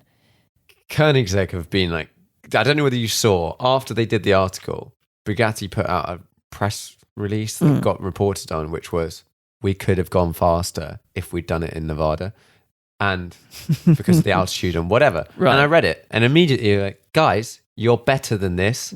Why did you release that? Just knock it on the head. Don't talk about it. You came in first. There's no need to give like the club mascot the finger. Koenigsegg's response was, well, when they've done it in two directions with a production car, then we'll worry about beating our 178 that we did on like a back street. Yeah.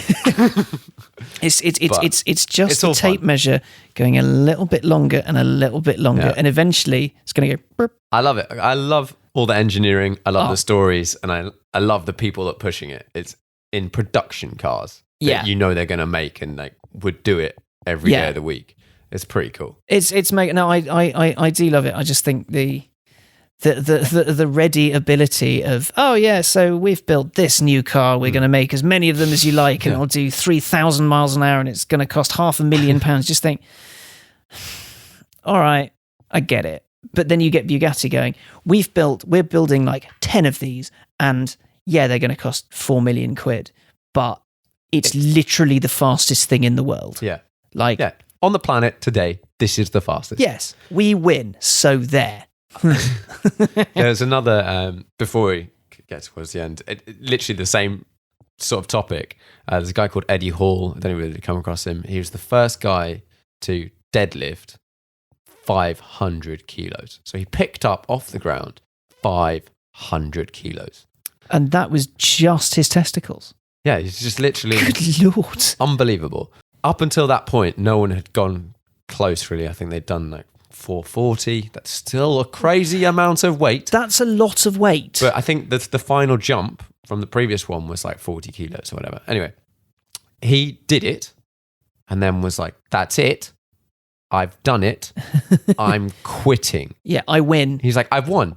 No, I don't give a shit if someone does 501. I'm the guy that did 500. Half a ton. Yeah.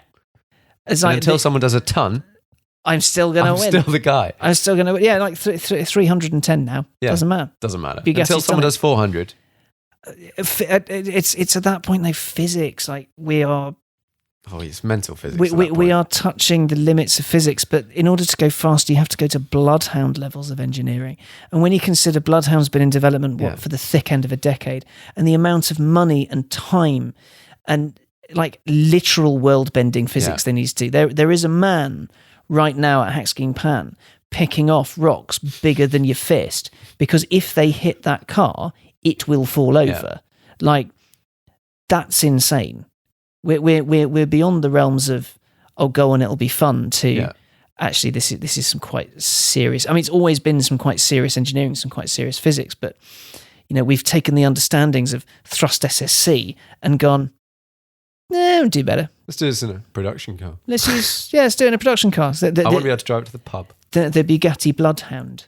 So I normally wrap up these podcasts with 5 questions Yes. for the guest. Okay. Now, I have 6 written down here, and I don't know why. That's fine. And they're roughly the same 5. Okay. Do you have a most memorable driving trip or journey? Yes. Lisbon to London in my 3-wheeler. It was just the best 2 weeks. That sounds great. It was great. Took loads of pictures. Shot the whole thing on Polaroid. There's a feature coming out soon. Fun. Yeah, it was my co-driver was an Australian journalist called Noel Faulkner, who was a good sport for going. Yeah, all right, let's do that. It'll be great. And we had fun. We made friends. We got super drunk at various opportune moments. We managed to. So through a bizarre coincidence, we were in Porto the same time as the Porto Photography Festival, and the organiser's husband follows me on Twitter and went, "Oh, if you're in town, it'd be great if you got involved." And so we turned up in this fly-spattered 3-wheeler, knackered and dirty and tired. And they went, "Oh, follow us. We're going to take you to this bridge." And we blagged our way in front of Ponce Luis II, which is a pedestrianised area. And these guys just walked up to these coppers and went, "Look, car's only in town for a day. Can we please just go behind and get this amazing thing? We're with the Porto Photography Festival." It's also where all the coaches kick out for the port winery tours. Okay, yeah. So the moment we stopped, it was just covered in people. And the snapper from Porto Photography Festival was like, "Alex, can I get a picture of you in front of the car?" I was like, yeah, sure. So I stood there kind of posing. And then all of a sudden, like the people who were with me and Noel were like, "You need to get out of the way." I was like, "What?" And I turned around and there was this tourist just shooing me out of the way because his girlfriend was taking a phone picture. And I was like, "Well, thanks, mate." And so just I got back and I made a point of just putting the keys on the driver's seat and being like, "Yeah, that's mine. Thanks, mate." It was petty but fun. It was good. 5-car garage. Ooh, tough. So I like... There's no specifics, so it can be any value. The only caveat is it has to sort of fit into your life. Okay. Well, I like wonky British things, so we're going to go with wonky British things mostly. So a 3-wheeler, an Aero Coupe, because it's one of my favourite cars in the whole wide world. Look really cool. An Aston Vanquish with a manual conversion, because I really like the Vanquish. And I was really nice car. Very lucky to talk to Ian Callum about it the other week, and he's just a really lovely bloke. And I was like, "No, I like it even more now. This is great." A B5 Audi RS4. Always been an Audi man. My late father was an Audi man, so it kind of rubbed off on me. Yeah. He really wanted one. I drove one a while ago, fell in love with it. And a late 90s TVR Tuscan in reflex purple, like the one off Swordfish. Oh, nice. Wonky and British, apart from one wonky German car. I'm impressed with how quickly you boshed that out. I spend a lot of time thinking about it. The thing is, if you ask me next week, it'll be different. But yeah, the 3-wheeler, I'm going to keep it forever anyway, so it may as well be there. Yeah. But yeah, I like my cars wonky and British, or German, quite numb but punishingly fast. Yeah. Yeah. Mega. Good and if it wasn't the RS4, it would be the last gen RS6, because that thing was just wicked. Yeah. Cool car. Okay. If you could only drive one car for the rest of your life, there's always these weird little caveats. You're allowed like an absolute snotter as like to put luggage in if you have to take stuff, or if you have kids, or I don't know. But no, you see, I would have a last gen RS6 for that, because it will always be big enough. Yeah. And it will always be fast enough. Definitely. You know, it doesn't handle as well as an E63, but for the kind of driving you're gonna do on the day-to-day, don't really care. It looks good with the performance exhaust. It sounds mega. I ran one as a long-termer for Carfection, and I took a mate of mine to a stag do in it, and there were 5 of us crammed into the car. We kind of picked people up all over London, and just where you go round Staples Corner and you join the M1, we're heading up to Leeds, and it goes from 30 to 50. So I kind of gently rolled up to 50. And I was just idly saying, "So boys, do you know what this is?" And one of my mates, because my friends aren't interested in cars at all. Yeah. My mate's like, "Oh, it's some Audi estate." And I went, glad you said that. And I just flicked the drive select to dynamic. And it goes from 50 to 70. I went, "Yeah, it's quite quick." I went, "Oh yeah, is it?" Nailed it. There was swearing, there was shouting. We got lost on the way, so we actually ended up playing on some fun roads. And then when we got to the stag do, news that Alex had bought a silly car came. We had to drive people to this hovercrafting place. And so I had one carload on the way there and one carload on the way back. And it's a magic thing, and hopefully it will depreciate horribly and I'll be able to buy one. I did try to buy one. When I was looking for my Aston, I kind of had a set budget in mind, and there was one that was the same price-ish as the Aston. And where I live in London occasionally goes on fire. And even though I'm lucky enough I've got off-road gated parking, still fires happen. And the insurers wanted $5,000 to insure it. Oh, no thanks. Yeah, no tar. The Aston, way less than that, actually at a strangely low amount. But yeah, for that is a really weird when you really break down into cars that are really expensive to insure. Yeah, it's a crazy world. I think it's because people steal the seats from them and they're really fast. But I don't get it. This sort of thing seems to be becoming a massive trend at the moment. People stealing like half a car when it's parked. Isn't it Corsas or Astras that get just picked to bits? Yeah, like what did I see? Like it was like a reasonably new Range Rover got done. It was at some festival recently, and they literally just like chonked half a car. I don't understand it, but you've got to admire their moxie. Okay. Next question. What is the best value car that you can think of at the moment? Ooh, as a day-to-day fast thing, can I have a few? Because there are different categories. Because the single best value new car you can buy today is probably a Dacia Duster. Okay. Because that'll do everything. Yeah. With my journalism hat on. Yeah. You can fit family and stuff and things in it, and it bounces around like an old Defender, and it's actually really, really, really good. But if you want a value car to play in, if you have a family, a Golf R. Mm-hmm. If you don't, I'd probably say an Alpine A110. I still haven't driven one. Really good. I'm on the or at least I was this year. I don't know about next year yet. I'm on the kind of judges panel for UK Car of the Year, and I hadn't driven one up to that point. So I went up to Cafe in a Machine. There were two cars I wanted to drive: a Suzuki Jimny and an Alpine A110. Like the rest, I'd either experienced or driven before. And the Jimny I got within 30 seconds. It's dreadful. It's awful, but I want one. Mm-hmm. Like I want it in Stabilo highlighter yellow, and I just want to bang around town. It'll be mega. And then the Alpine, drove out of Cafe in a Machine. Within 30 seconds, I got it. There's a little bit too much plastic in it for a £50,000 car, which got me in a lot of trouble on Twitter by people who own them already, and someone whose watch brand I will never be buying again. But I think it's a mega, mega thing. And what you can do to them, there's a guy on Instagram, I think it's A110 Life. It's a chap called David Pook, who used to work for JLR and now he's set up on his own, and he's developing his own bits suspension setup for the A110, and by all accounts, it is mega. Cool. So there you go. There's three value cars. There's the small, cheap, and literally cheerful family car. There's a Golf R, and if you want to go a little bit smaller than a Golf R, Fiesta ST, because that thing is mega, or an Alpine A110. Boom. That is a perfect journalist answer to that question. Yeah. You see, what happens is people come up to me and go, "So what car should I buy?" And you get their thing. Categories. Yeah, but here's what happens. So they say, right, well, I've got kids and I've got this and I've got that, and I want something that's not too expensive to run. It's got this toy and that toy, and you go, what you need is a Golf. You need the golfiest Golf you can golf. And they go, oh, brilliant, thanks, man, really appreciate it. And then they buy a Qashqai. Yeah. So it doesn't matter what I say, it's going to be a Qashqai or something like that. The final question. What is the most interesting car for you at the moment? Like if you might be Googling or just like saw in the news, like, oh, that's quite cool or whatever. Ooh, what is the most interesting or like brand car? and classifieds or whatever. Just trying to think. You know what it is?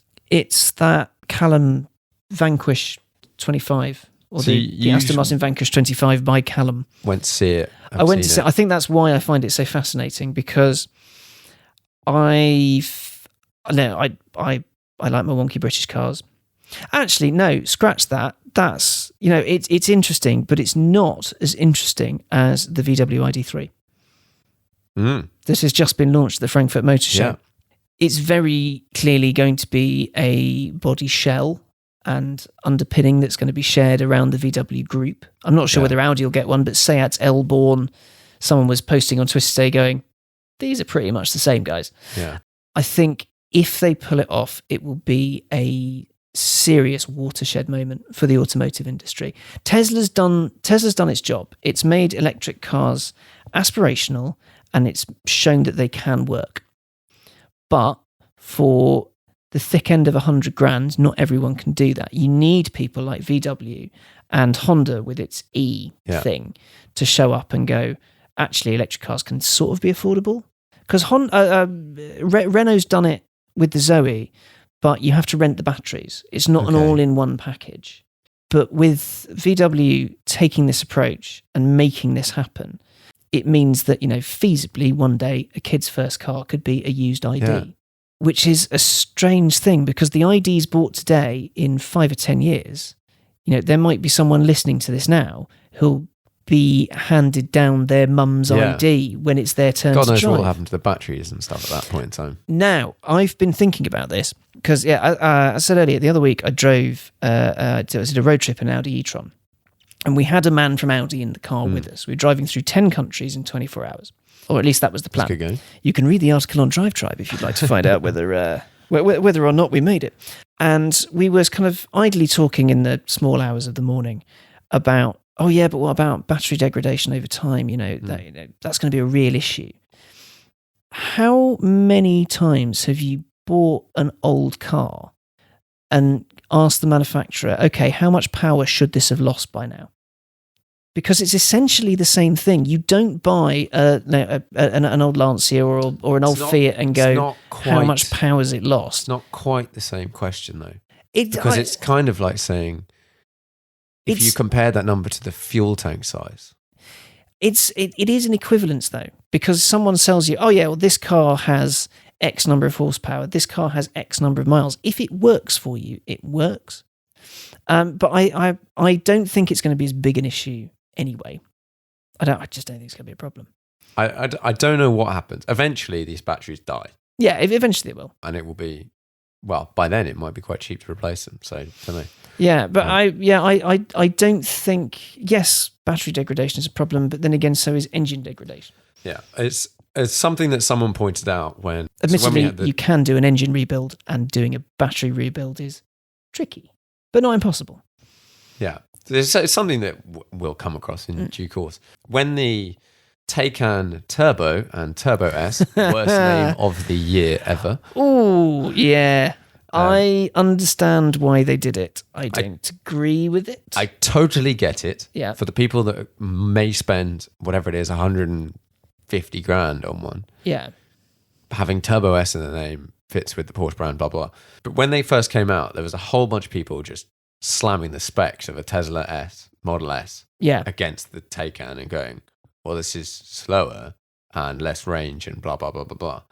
And then there's a guy called Marcus Brownlee who does tech reviews in the States. And I saw a video by him talking about it. And he was like, there was a lot of stuff in the Taycan that Tesla don't think about. And there's a lot of that is the reason why its range won't be as good or whatever. But it's things like the way they've thought about managing battery life. Like, they don't allow you to use 100% of the battery, because if you use 100% of the battery, it will kill itself. It will kill it very quickly. And they have things like, they cool the motors so they don't overheat, so that you can use the performance, blah, blah, blah, blah. And there were just loads of things that you go, yeah, I can see why Porsche would be better at this. At building, say, cars than Tesla. This is the thing, and I was following it as it went out. I thought this is super exciting. A high-end luxury battery electric vehicle that normal-ish people can buy. It is actually a Tesla Model S competitor, even though people say it isn't. Yeah. Because the type of people who are going to buy the Taycan probably already have a Tesla. Yeah. And they'll be looking to upgrade it. We're looking at them. Or we're looking at a Tesla. They will prefer the badge. They won't care about the price, because at that price point, money really doesn't matter. If you're saving up for a £150,000 car... That statement's just not true. Really? Yeah. Well, at that price point, money doesn't matter? Yeah, that's not true. Okay. See, I would say that if you're looking to spend 150 grand on an electric car, then, or on a car like that, then why would it be an issue? No, if my point would being, if you're looking to spend, let's say, 100 grand, Yeah. that doesn't mean you could spend 150 grand. Or if you're looking at a 150 grand car, that doesn't mean you can spend 250 grand on a car. Okay. I'll take that. I do think a lot of people do have that view when they look at people and they go, oh, well, you were going to buy a whatever, so why not Ferrari do it? 360? Why Yeah. didn't you buy an 812 Superfast? Oh, Like, same, well, no. Yeah, okay. But like, you know. No, I see your point. I'll take you on that. Even so. But yes, I do agree there will be a certain bunch of people who are picking the top. They're picking the top of the market. Yeah. They want the top electric car and they're like, I like electric cars. I want to do some, get part of this, blah, blah, blah, blah. And they would shop between the two. And what's going to be more exciting in the golf club? Yeah. Is it going to be the old Tesla yeah. with the weird interior that's with bits of trim that aren't that great? Or is it going to be the shiny new Porsche? It's not. But the thing is, there will still be the Tesla hardcore.